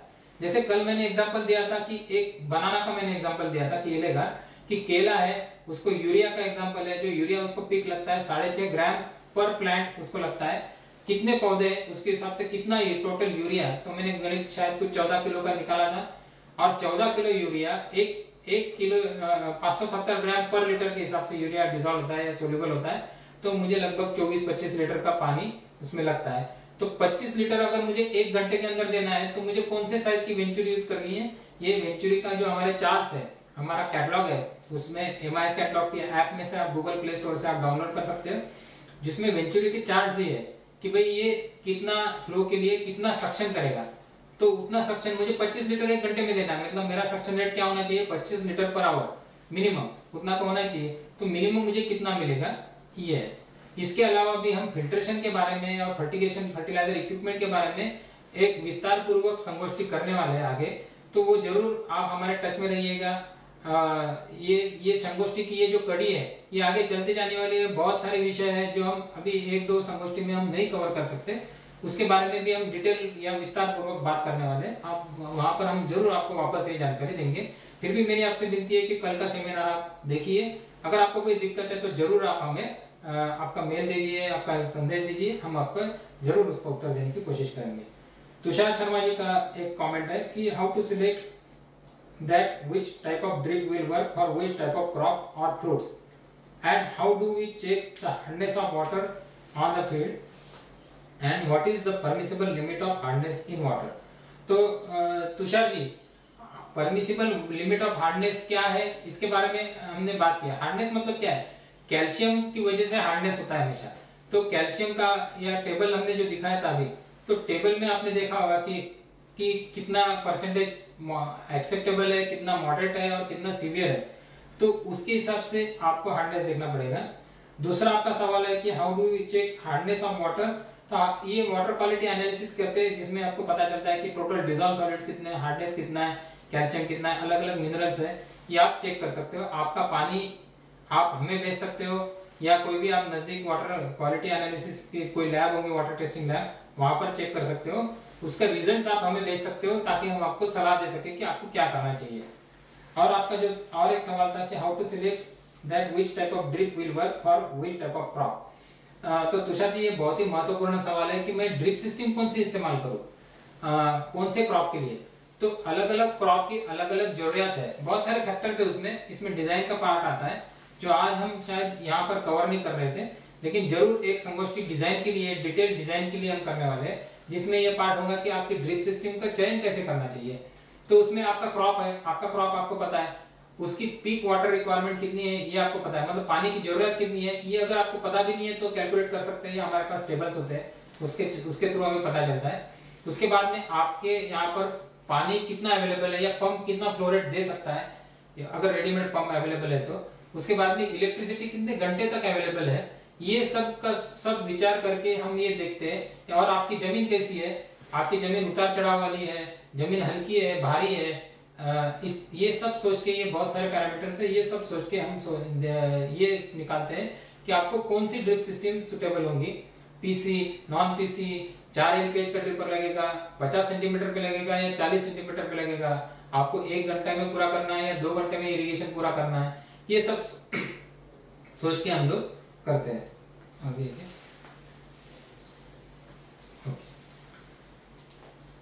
तो दोस्तों, ये थोड़े बहुत सवाल थे और भी बाकी सारे कमेंट्स आ ही रहे हैं कंटिन्यूअसली। मेरी ये विनती है आपसे कि ये जरूर आपको ये वेबिनार अगर अच्छा लगा होगा तो आप ज्यादा से ज्यादा लोगों तक शेयर कीजिए, ज्यादा से ज्यादा लोगों तक ये पहुंचाइए। ये जनरल बात थी, इसमें कोई हम प्रोडक्ट बेचने की कोशिश नहीं कर रहे हैं। जरूर आपको ये हम आपको नॉलेज पहुंचाने की कोशिश कर रहे हैं कि जो, क्योंकि आपने अगर सिस्टम अच्छी चलाई तो आपको ज्यादा से ज्यादा फायदा होगा, और आपको अगर ज्यादा से ज्यादा फायदा होगा तो उसमें हमारा फायदा है, क्योंकि आपके फायदे के बाद हम हमारा फायदा कमाना चाहते हैं।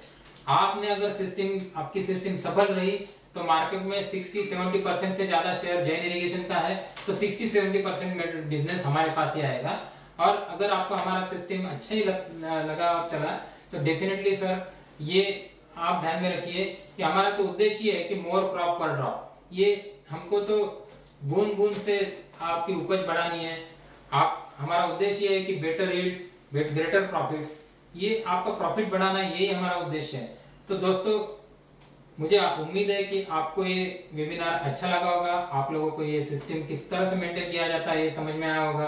आप हमारे लिए बहुत महत्वपूर्ण है। ये आखिरी स्लाइड के ऊपर मैंने महात्मा गांधी जी का एक जो पैराग्राफ लिखा है यहाँ पर, ये हमारे लिए जीवन का मूल्य है। यहाँ पर जैन इरिगेशन में हमारे लिए ग्राहक सर्वोत्तम है, ग्राहक सर्वोपरि है, और आपका आदर सम्मान करना ये हमारे लिए बहुत महत्वपूर्ण है। तो आप हमारे लिए भगवान जैसे ही हो। आपको कुछ दिक्कत नहीं आनी चाहिए, आपकी सिस्टम सुचारू रूप से चलनी चाहिए, यही हमारी कामना है। इसमें अगर जहां पर भी हमारी सहायता हम आपको कर सकते हैं, हम जरूर करने के लिए आगे आएंगे। जरूर आप हमसे कांटेक्ट कीजिए, हमारे इंजीनियर से कांटेक्ट कीजिए। जो भी दिक्कत आती होगी सिस्टम चलाते वक्त, ऑपरेट करते वक्त, सिस्टम इंस्टॉलेशन करते वक्त, तो जरूर आप बात कीजिए। तो दोस्तों, ये हमने 2 श्रृंखला में 2 पार्ट में ये कवर किया। हमने कल बात की थी कि ड्रिप सिस्टम का इंस्टॉलेशन किस तरह से होना चाहिए। आज हमने बात की ड्रिप इरिगेशन सिस्टम का मेंटेनेंस किस तरह से किया जाना चाहिए। ये हिंदी में था। आगे हम परसों और उसके बाद में 2 दिनों तक ये मराठी में करने वाले हैं। बहुत सारे लोगों को, मुझे खुद को हिंदी बोलने में तकलीफ होती है, मराठी में बहुत सारे लोगों को अच्छा लगता है। बहुत सारे लोगों की डिमांड थी कि मराठी में भी होना चाहिए, तो हम मराठी में भी करने वाले हैं। अगर आप महाराष्ट्र से हो या आपको मराठी अच्छी तरह से समझ में आती है, स्लाइड्स फिर भी हिंदी की रहेगी लगभग, तो आप वापस आप सुनना चाहते होंगे ये लेक्चर्स तो जरूर अटेंड कीजिएगा। और ज्यादा से ज्यादा जो भी लोग आपके, जो किसान भाई आपके पहचान के, जो काश्तकार महाराष्ट्र के जो मराठी जानते हैं और आपको लगता है कि ये जानकारी उनके पास पहुंचना बहुत जरूरी है, तो ज्यादा से ज्यादा लोगों तक आप ये जानकारी पहुंचाइए, ताकि आगे के जो वेबिनार्स है, जो सेम पार्ट है इंस्टॉलेशन और मेंटेनेंस का, मैं वापस कवर करने वाला हूँ और वापस हम उसमें बात करेंगे इंस्टॉलेशन और मेंटेनेंस के बारे में, लेकिन मराठी में। तो धन्यवाद दोस्तों, आपसे विदा लेता हूँ। अगर कोई भी दिक्कत है कभी भी आप कांटेक्ट कर सकते हैं। हम हमें आपसे जुड़ा रखने के लिए, जुड़ने के लिए धन्यवाद।